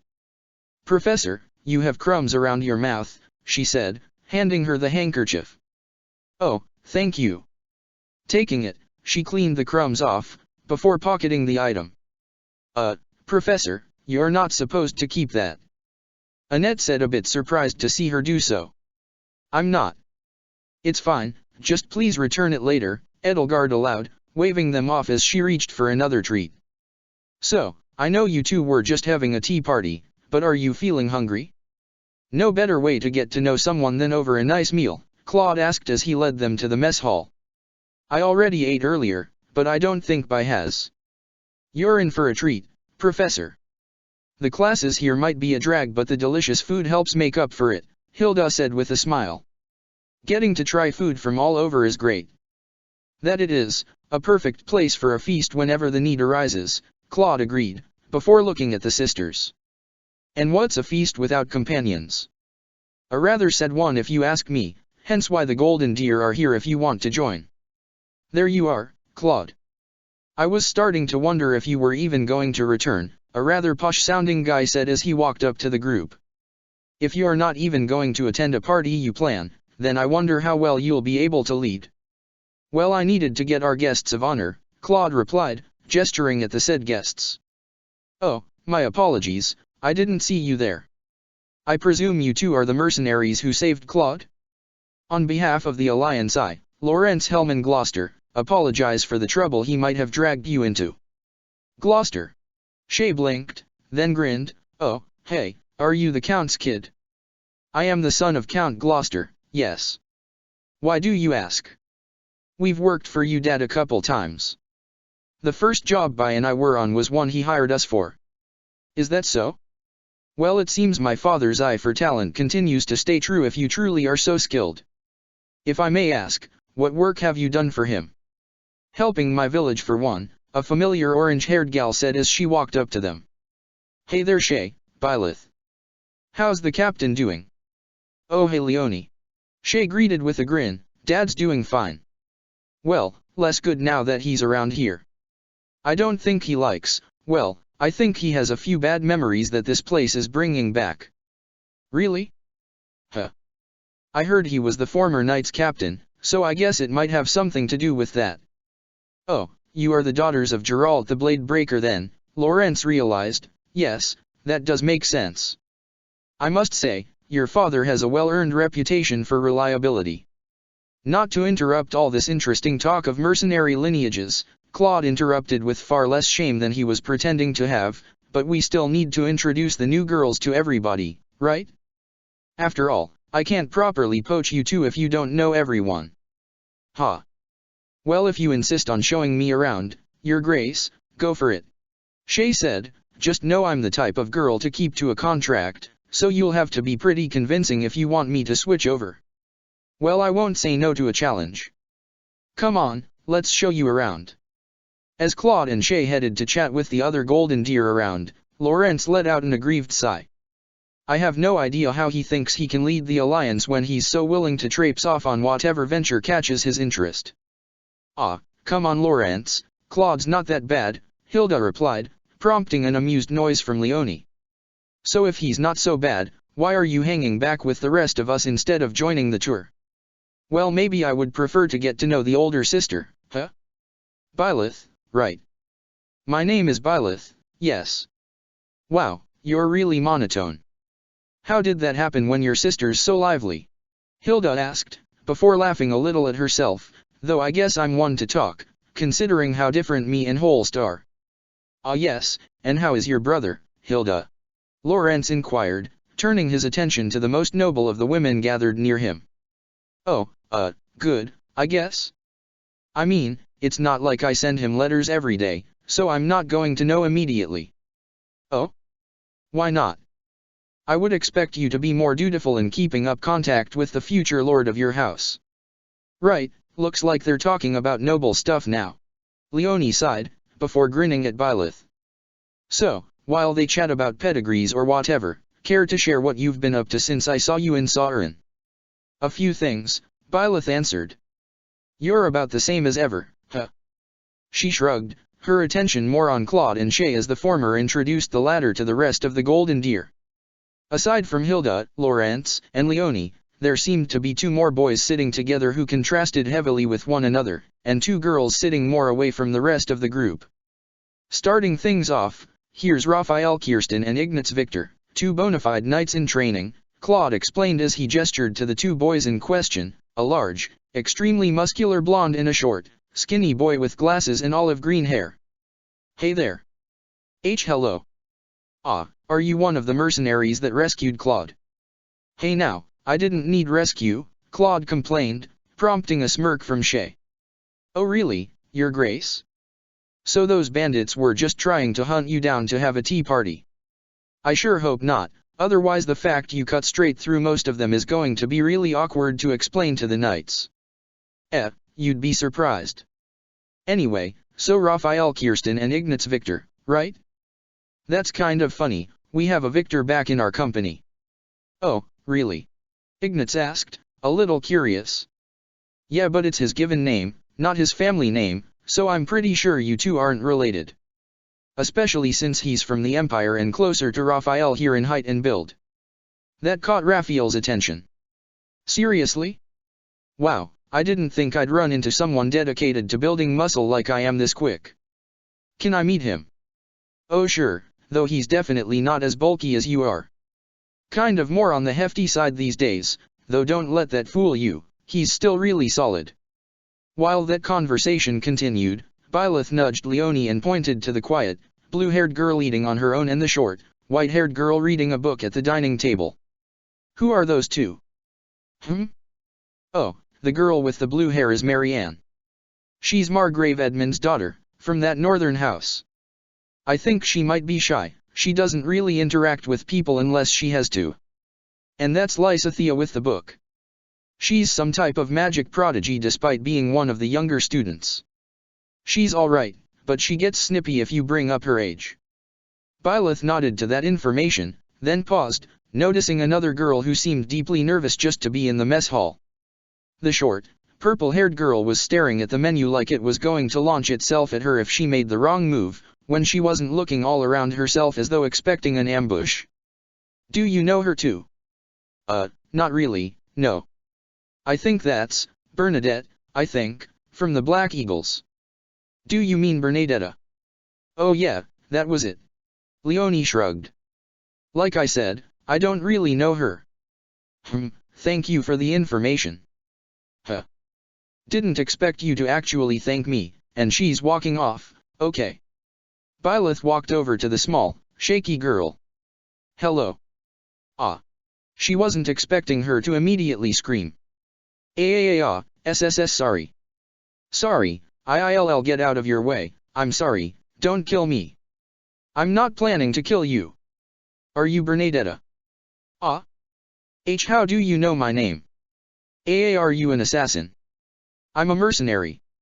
Or a professor now, I guess, Byleth answered as she regarded the plainly terrified girl. She wasn't sure exactly what she was doing wrong, but it wasn't a pleasant feeling. I heard you ran away from the training yard when everyone else in your class was gathering there. I'm going to be your professor going forward, so. Why you are? Then I made you mad because I ran away and you're going to execute me in front of everyone as a lesson. Byleth felt a flicker of actual concern. No, I'm not. Are you? And then the other girl promptly sprinted in the opposite direction, screaming out, please don't kill me, as she went. Wow. What did you say to her? Leonie asked as she walked up to Byleth. I don't know. Maybe this teaching job would be harder than she considered. Chapter 24, The Apprentice. Captain, there you are. Pausing in his conversation with Eloise, Geralt looked over his shoulder to see Leonie waving at him as she ran up. Oh, Leonie, I didn't know you were here, Geralt said, a bit surprised to see the young hunter. Oh, my, did I forget to mention? Eloise asked. Yes, your apprentice is a member of the Golder Deer. I guess you could say she's your dear apprentice. So how have you been, Leonie? Geralt asked, moving the conversation along. I've been doing great. Eloise has been telling me all sorts of stories about you. He has, huh? He asked, glancing at his former squire. Yes, Leonie here was quite excited to find out I used to work with you, so she has constantly been asking me about stories involving you. Constantly. Though I promise you I've said nothing but the best. Yeah. I didn't know you were a knight captain. You're even greater than I thought. It's not that impressive, Geralt muttered, before he noticed the charm around Leonie's neck. You kept that old thing. Well, yeah. Why wouldn't I? It was a good luck charm from you. Leonie said, holding the charm. In fact, I kept all those gifts you guys got me. Really? Yeah. I mean, the training weight is a bit too small now, but it's still handy when I want to weigh something down. Leonie said, before giving a sheepish smile. Funny enough, the knife Byleth gave me was also really useful, since the one I had ended up breaking a week later. Heh. Well, I'm sure she'll be happy to hear you got some use out of her gift. Well, maybe. But, how have things been for you, Captain? I'm sure you have plenty of stories to tell. Nothing that glamorous, Gerald said, letting out a small sigh. I'm sure the kids can probably tell you more than I can. Well, sure, but I want to hear from you. Is that so? Well, the kids have gotten much stronger. Shay is still as reckless as ever, but she has the skills to back it up now, Gerald said, as he began to reminisce. Her and Byleth actually started taking missions on their own some years back. They did. Yeah, I still make sure it's nothing that dangerous, but they've been doing good. Though if you were to listen to Shay, she'd act like they were all world-ending threats. Aha, nothing wrong with exaggerating a tale when you're retaliating them, Eloise said with a grin. Byleth is the opposite of Shay as usual, Gerald continued, not acknowledging the pun. She's got a good head for when it comes to tactics, and is even preparing to take over for me if I ever retire. Really? Yeah, I think it's mainly cause Shay is pushing her towards it, Gerald explained. She's good at it, at least. I'm not planning on retiring anytime soon, but if I ever did, I know the group would be in good hands. Leonie couldn't help but frown a bit. She always knew there was a chance one of the two sisters would take over the captain's mercenary band. They were the captain's daughters, so it was to be expected they'd probably end up leading. That being said, a part of her couldn't help but feel a bit annoyed at the idea of that arrogant merc being in charge. You know, since I used to be your right-hand man, I wonder if that makes Byleth my junior if she really will be taking over for you, Eloise considered, mirth evident in his voice. Pretty sure she could teach you a thing or two, Eloise. Sorry about leaving so quickly, Captain. There's just something I need to check. Leonie suddenly spoke up, catching Gerald off guard as she sprinted away. Wonder what came up. Dashing through the monastery, Leonie looked around, trying to find any sight of the sisters as she did.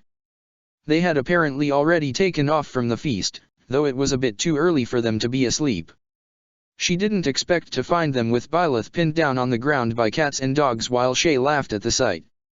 Seems you got quite the fan club, Shay teased, crouching down as she reached for one of the cats, only to yank her hand back as it scratched her. Ow. Don't be rude, Byleth said to the cat in question, giving it small scritches under its chin.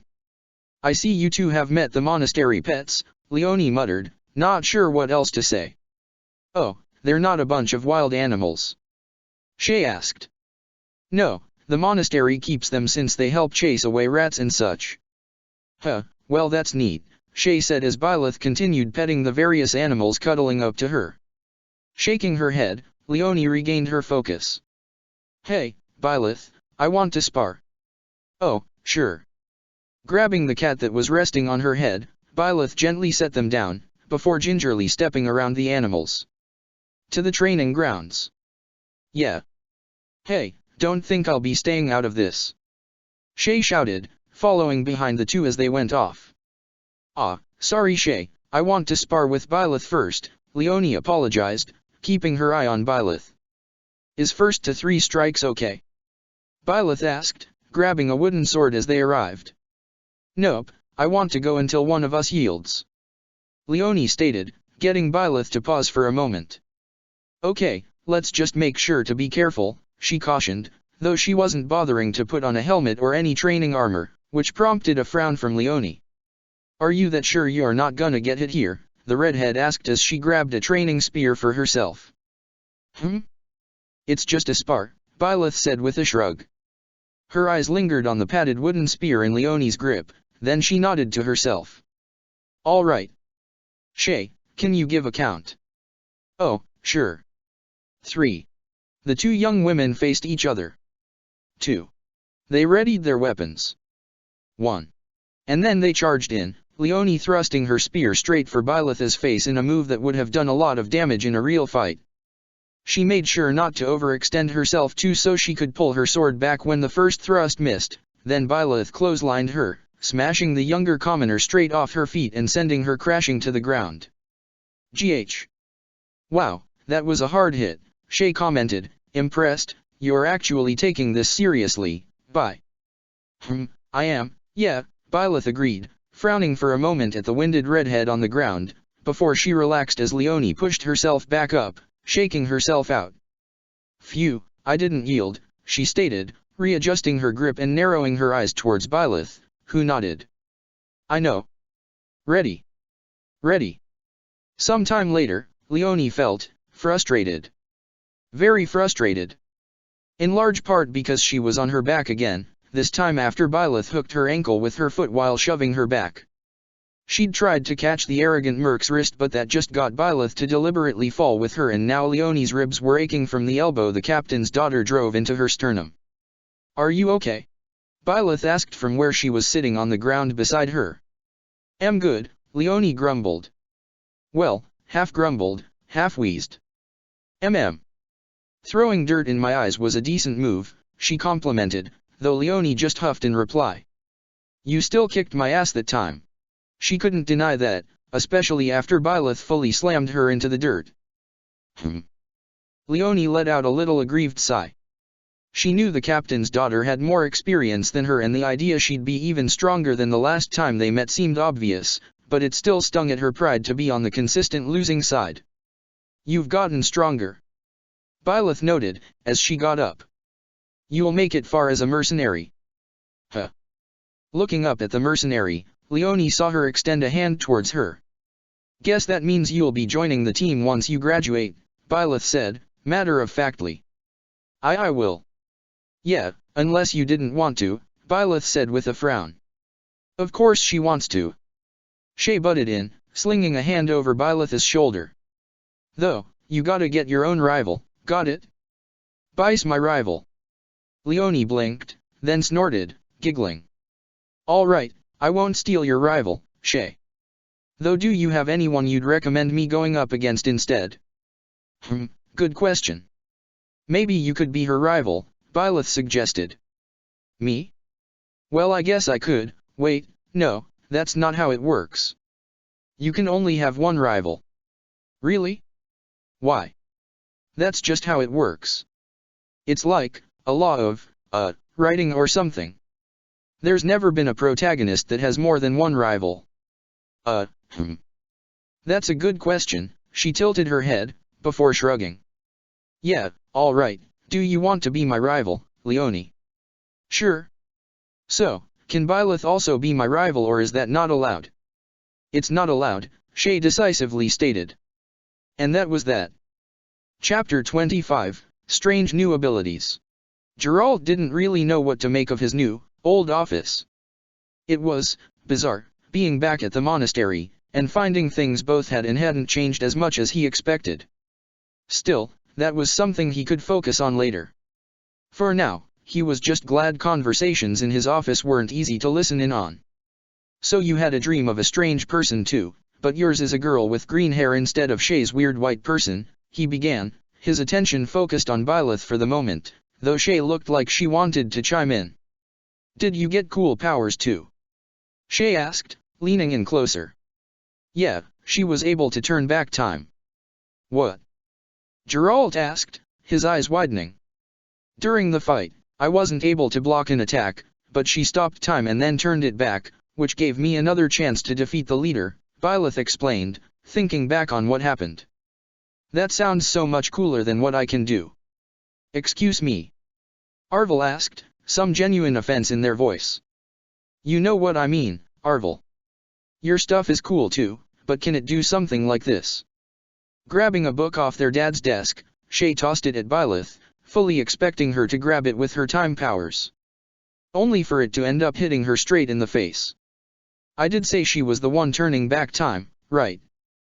Byleth asked, rubbing her forehead. "I don't think she will unless it'll be a serious injury." "Sorry." "What good are these so-called time powers if she herself cannot use them at will?" Arvel mocked, feeling quite smug. Geralt, meanwhile, couldn't help but wonder just what exactly this meant. As far as he was aware, Citrai wasn't able to do these things. Was it something Rhea had done? She had apparently awakened them that night, which, it was too strong of a coincidence for it to not involve the Archbishop. Just what was she planning? So, is that girl here? Shay asked, looking around. No, she's asleep, Byleth said as she shook her head. I think she likes to sleep a lot. Heh, so her partner cannot even bother being out and about to help, Arvel continued to sound very smug. Just goes to show how much better I am as your partner, Shay. There's another thing I wanted to mention, Byleth said, getting their attention. During the bandit attack, the leader said something weird. About how he shouldn't have listened to that idiot. And what does that mean? Shay asked. They might have been hired to attack the students, Byleth said before explaining her thoughts. While it is possible that it's just a coincidence, it's odd these bandits just so happened to be there when they were training. Even more so that they attacked even with the knights there. But they're dead now, so what does it matter? That doesn't get rid of whoever hired them. Geralt said, thinking over what Byleth said. I'm sure these brats are used to people coming after them, but someone willing to take out the three heirs of the nation and possibly anger the church in the process isn't someone we can just ignore. So what, you gonna try and find stuff out?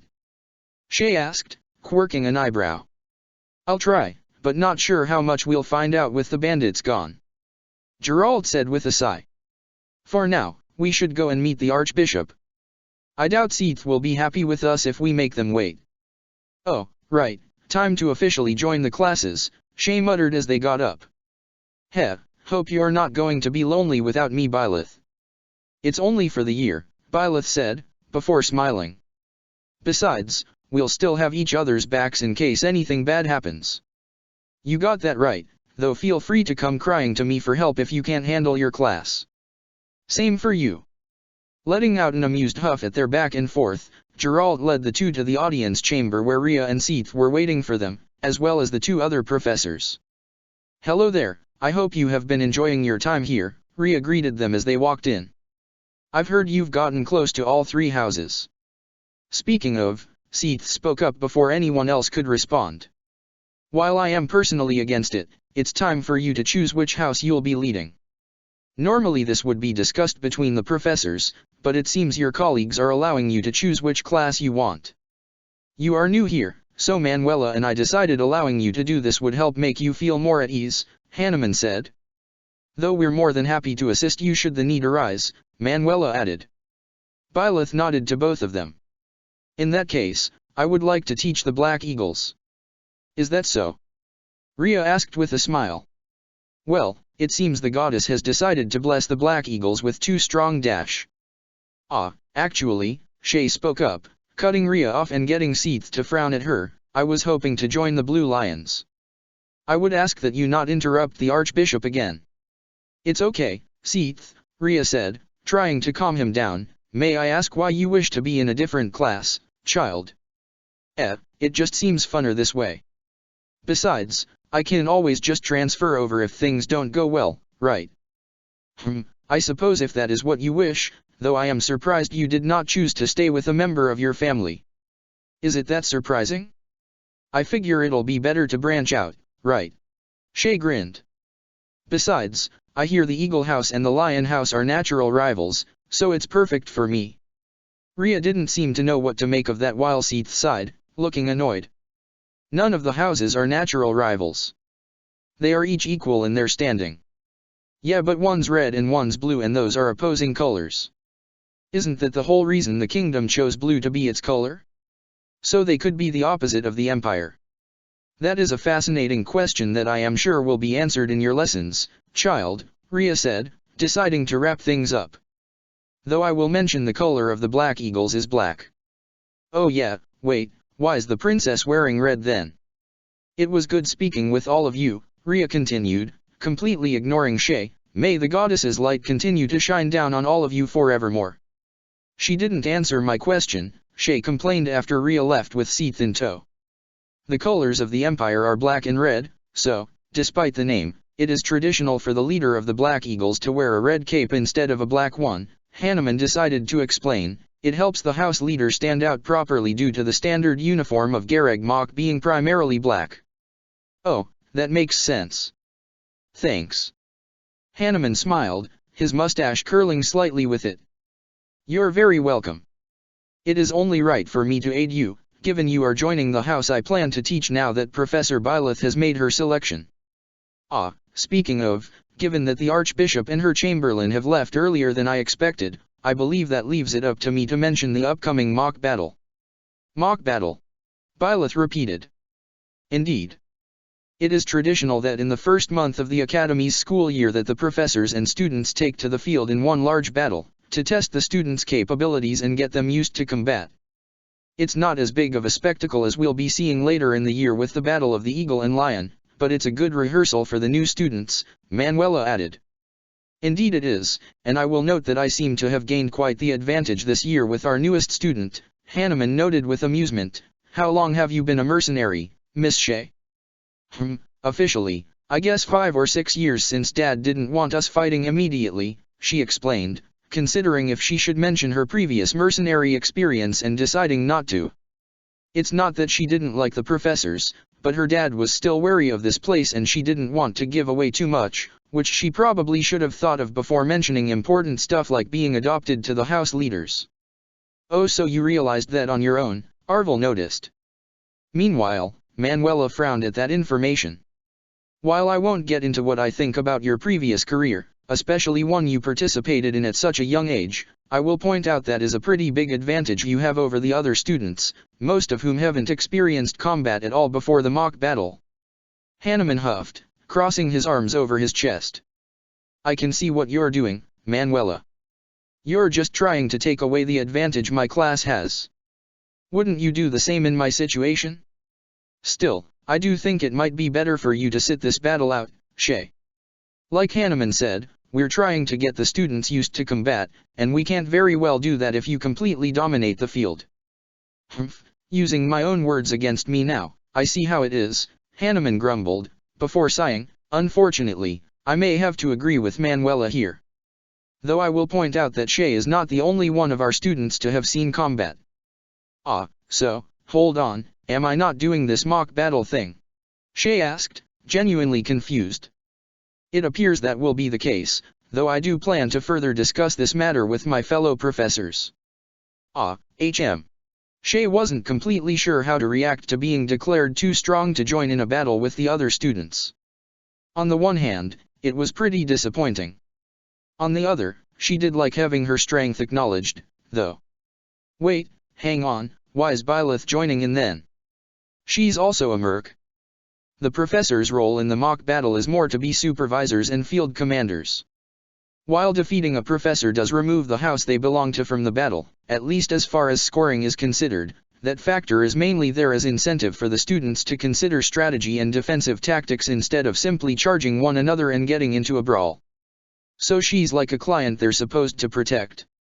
Precisely. She may give instructions and aid where necessary, but this battle is about the students, not the teachers. That's really the case for both of the school battles, but I'm sure everyone will be at a more even level for the second one, Manuela added, so there's no issue with you joining in then. Okay, I guess, Shea conceded, shrugging. Great. Now that that's decided, would you two mind coming with me? Manuela asked the two sisters. I really should give you two a physical sooner rather than later. Ah, before that, I was actually wondering if you two would consider joining me in my office instead, Hanneman said. I have in my possession a device for analyzing potential crests an individual may have, and I would be quite interested in seeing if the two of you possess crests yourself. Your father does have one, correct? Geralt, who had been watching all of this without jumping in, mainly because he wasn't a teacher and didn't really feel like it, glanced up at being mentioned. Ah, yeah, a crest of Cyros. I think it's a minor one, probably. Well, I would be happy to check for you, if you are interested. Not really. Disappointing, but not unexpected. Manuela sighed. Fine, play around with your toy. Just have these two see me afterward. Yes, of course. Now then, shall we? How fascinating! Hanuman exclaimed, staring in clear interest at the strange, not fully there symbol his thingamabob produced. Shay had no idea what any of this crest research stuff meant, so she wasn't really sure why a weird shape was fascinating. She did know, since she went first, that she apparently didn't have a crest. Which was, kind of weird. Because she had Arvel, but they weren't a crest thing, apparently.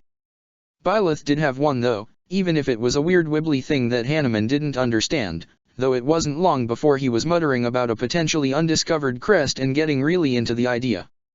I doubt he'll have much more to say to you at this point, Arvel pointed out. That is the frenzy of a scholar with a new discovery. It's not something you can break through easily. So, Professor? I think me and Bai should get going now, right? Shay asked, glancing at her sister, who shrugged. Oh, yes, of course, Manuela's request. Yes, go on ahead, though I do hope you wouldn't mind coming back later, Professor Byleth. Perhaps I could get a clearer image with more readings. Okay, Byleth replied, not really caring either way before she turned to leave with Shay. As for Shay herself, she still wasn't completely sure how to feel here. Sure, she knew her sister was strong and great, but it was a weird feeling having it confirmed that she just had something inherent that meant she would be better than Shay. Though, Shay did still have Arvel, who was completely unique, so it wasn't like she didn't have something special too. It was still a strange feeling though. Then Byleth nudged her, taking her out of her thoughts. Oh, what's up? You were thinking a lot. I can do that, it's not unusual. It is for you. It was as faint as always, but there was enough of a hint of humor in Byleth's voice that Shay wound up smiling. Oh, like you're the big thinker here. Between the two of us, yeah. You always go charging ahead. Only because I'm good at it. I'm built tough. You're built fast. That's not the same thing as tough. Remember when you tried on that heavy armor Victor found? Hey, I was getting better with that stuff. No, you weren't. I could've. I just need more practice with it. You want to practice with heavy armor? I did see some knights wearing some. Maybe we could ask. It's not fair when you call my bluffs. Don't bluff badly then. The two bantered some more, Shay's mood improving along the way, before they reached the infirmary and it was time for their checkup. So is this one of those things where we undress or what? Shay asked as she sat on one of the infirmary beds, idly swinging her legs while Manuela checked out Byleth. It was a reasonable question in her mind considering her sister was already down to her top and shorts. If you want, though I would prefer it if you at least kept your underwear on. We wouldn't want there to be any scandalous rumors about teacher-slash-student relationships, now would we? Manuela teased, before returning her attention to Byleth. Now then, you two have lived in a mercenary band for most of your lives, right? All my life, Byleth admitted. You know, I did notice you two seem to make very singular statements about your lived experiences despite being twins. Oh, yeah, we should probably explain that, Shay said in the middle of undoing the armored bits of her outfit. Great, it's getting hard to keep track of what I said to who. Well, anyway, the basic thing is that I'm actually adopted. That does explain quite a bit, like the fact that a supposed twin is clearly years younger than her sister. Shay paused. Years younger? Wait, how many years? Manuela glanced over at her, before looking back at Byleth, considering the two of them. Well, if I had to hazard a guess, I would say Byleth is in her early 20s, while you seem to be closer to the house leaders in age. So, maybe 17 or 18. Manuela wasn't expecting Shay to abruptly drop backwards onto the infirmary bed with a soft thwomp. Shay? Are you alright? So she's at least 2 years younger than me? Byleth asked, and if Shay wasn't busy staring up at the ceiling in utter defeat, she would have been very surprised to see the amused grin currently on Byleth's face. Manuela didn't know her that well yet, so the grin wasn't shocking to her, though she was a little amused to see the elder Eisner's stoicism break so readily. I'm guessing you don't know for sure how old she is? Nope. Shay has always insisted she's my age or older. It's good to confirm she really is my little sister. Shay groaned. This is the worst day of my life. You're ridiculous, you know that. Arvel asked, equally rhetorical and mocking. Well, as I said, it's just a guess, Manuela said as she brought out a notepad. But for now, let's begin the examination, shall we? Humph. Shay at least sat up, even if she still kept an exaggerated pout on her face as Manuela examined her first. Well, you certainly are quite healthy, Manuela said while she seemed to be casting a spell to examine Shay. You do seem to have a nasty scar, but it doesn't seem to have left any damage on your lungs. Whoever healed you must have been quite skilled. Oh, Gertrude is the healer of the group. Yeah, she's pretty great. Shay said, keeping it a secret that Arvel was the one who had apparently healed her after she awakened their powers. Is that so? Well, I'll have to make sure to ask her if we can swap advice when I have the chance, Manuela commented, before pulling out a stethoscope and placing it against Shay's back. Breathe in deeply for me. And as she did, Manuela nodded. Good, everything seems in order, you get my seal of approval to attend the academy. Would I have not been able to join if I didn't? Well, I can't really make you leave, but as a physician I definitely would prefer not to send a student with a serious health condition out into combat, Manuela explained, before muttering to herself, not that any noble would listen to me if I told them not to let their children join. Is everything okay with the students? Byleth asked. Well, as a physician I can't divulge any personal information. What I can say is I hope you can keep your students safe, Manuela said, before moving over to Byleth. Including any who switch to your class from the others, and I promise you I'll make sure to take care of any of yours if they want to swap over. Of course, Byleth responded, making Manuela smile as she began to examine her. Quite healthy as well. I must say, I was quite worried when you said just how long you were in the dash. Manuela suddenly came to a pause as she seemed to notice something. Pulling up the stethoscope again, she placed it against Byleth's back. Take a deep breath for me. Doing so, the sisters could see Manuela frown as she moved the stethoscope around. Byleth, do you feel any discomfort in your chest? No. This is very disconcerting, Manuela said as she pulled away. I can't find a heartbeat. Oh, yeah, Bi doesn't have one of those, Shay answered. Excuse me? Manuela asked. Yeah, Dad says it's a condition she's had ever since she was a baby. Kinda freaked me out one time. We were sharing a bed and Shay thought I died, Byleth explained, prompting a huff from her sister. Well yeah, duh, that's freaky. Luckily, I kept my composure. You started crying. I did not. Anyway, yeah, it's just a thing Byleth has. How is that possible? Manuela muttered to herself, frowning while Byleth shrugged. Not sure. It hasn't really bothered me before. Even if you say so, that's not really something I can just ignore. Oh, maybe it has to do with that crest thing, Shay considered, remembering what Hanneman said. He says Bi has an undiscovered crest or something. I have heard about crests being able to physically affect someone, such as being able to heal from something without the need of spell, but I've never heard of someone not having a heartbeat. I'll need to ask Hanneman about what he discovers. She considered Byleth again, before raising a hand and murmuring under her breath as a white glow settled over her palm. Well that's interesting. It's almost as though there's something in the way, you do seem healthy otherwise, and... She suddenly pressed her fingers to Byleth's neck, earning a confused glance from the mercenary. There is a pulse here. At least, something of one. You haven't had any medical issues before now, have you? No shortness of breath or dizziness? No. I haven't had any issues. So it's not a symptom of a lowered heart rate. I guess I really do have to chalk this one up to weird crest magic. That being said, I will ask that you come by immediately if you begin experiencing any discomfort or the like, Manuela requested, before letting out a sigh. For now, it's almost time for class, which we really should be getting to. Oh, but don't worry Byleth, you'll have until after the mock battle to prepare your lesson plan. Until then, you can have your students self-study, or do some physical training.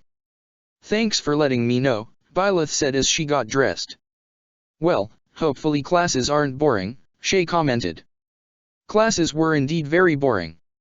Nothing against Hanneman, but Shay wasn't really interested in learning about crests for a starting lesson, especially since she herself didn't have one. Though she had to admit, he was passionate if nothing else. Even so, by the time classes ended for the day, Shay ended up going on a jog, deciding to use up her restless energy she had built up during the class. Thankfully, with how big the monastery was, she had plenty of space to move around in. "See you tomorrow," came a rather cheerful voice, making Shay look over as she saw a familiar student waving off a knight. "Oh, you're Dorothea," Shay said, bringing a hand up in greeting. "Oh, you must be Professor Byleth's sister. I hope your first day of class went well." Bored but otherwise okay. "Mind if I ask how By's class was?" "Well, she did her best, though everyone was pretty rowdy," Dorothea said as she let out a small laugh. "Heh. Ah well, hopefully she gets better at it once she gets used to it. Hope you don't mind helping her out." "Well, I imagine Edie will be doing most of the helping, but how can I say no to helping out a fan? Speaking of, I hope you enjoyed the play you went to all those years ago." "Ah, well, if I'm being honest, I didn't really get it, but you were a very nice singer," Shay admitted. "I really did like the show though. Heck, it's the only time I ever heard her call someone pretty." "Oh? Is that so?" "Yeah, Scratching her head for a moment, Shay thought of what to say. By has trouble expressing herself sometimes, so it was a surprise to hear her say that. "Well, nothing wrong with the strong silent type." "Right, and I'm not saying there's anything wrong with her. Just, I want to make sure that she's happy. Now, I'm not saying you should take her on a date or something, but I'm sure she'd be happy to be your friend." Staying silent for a moment, a smile spread across Dorothea's face.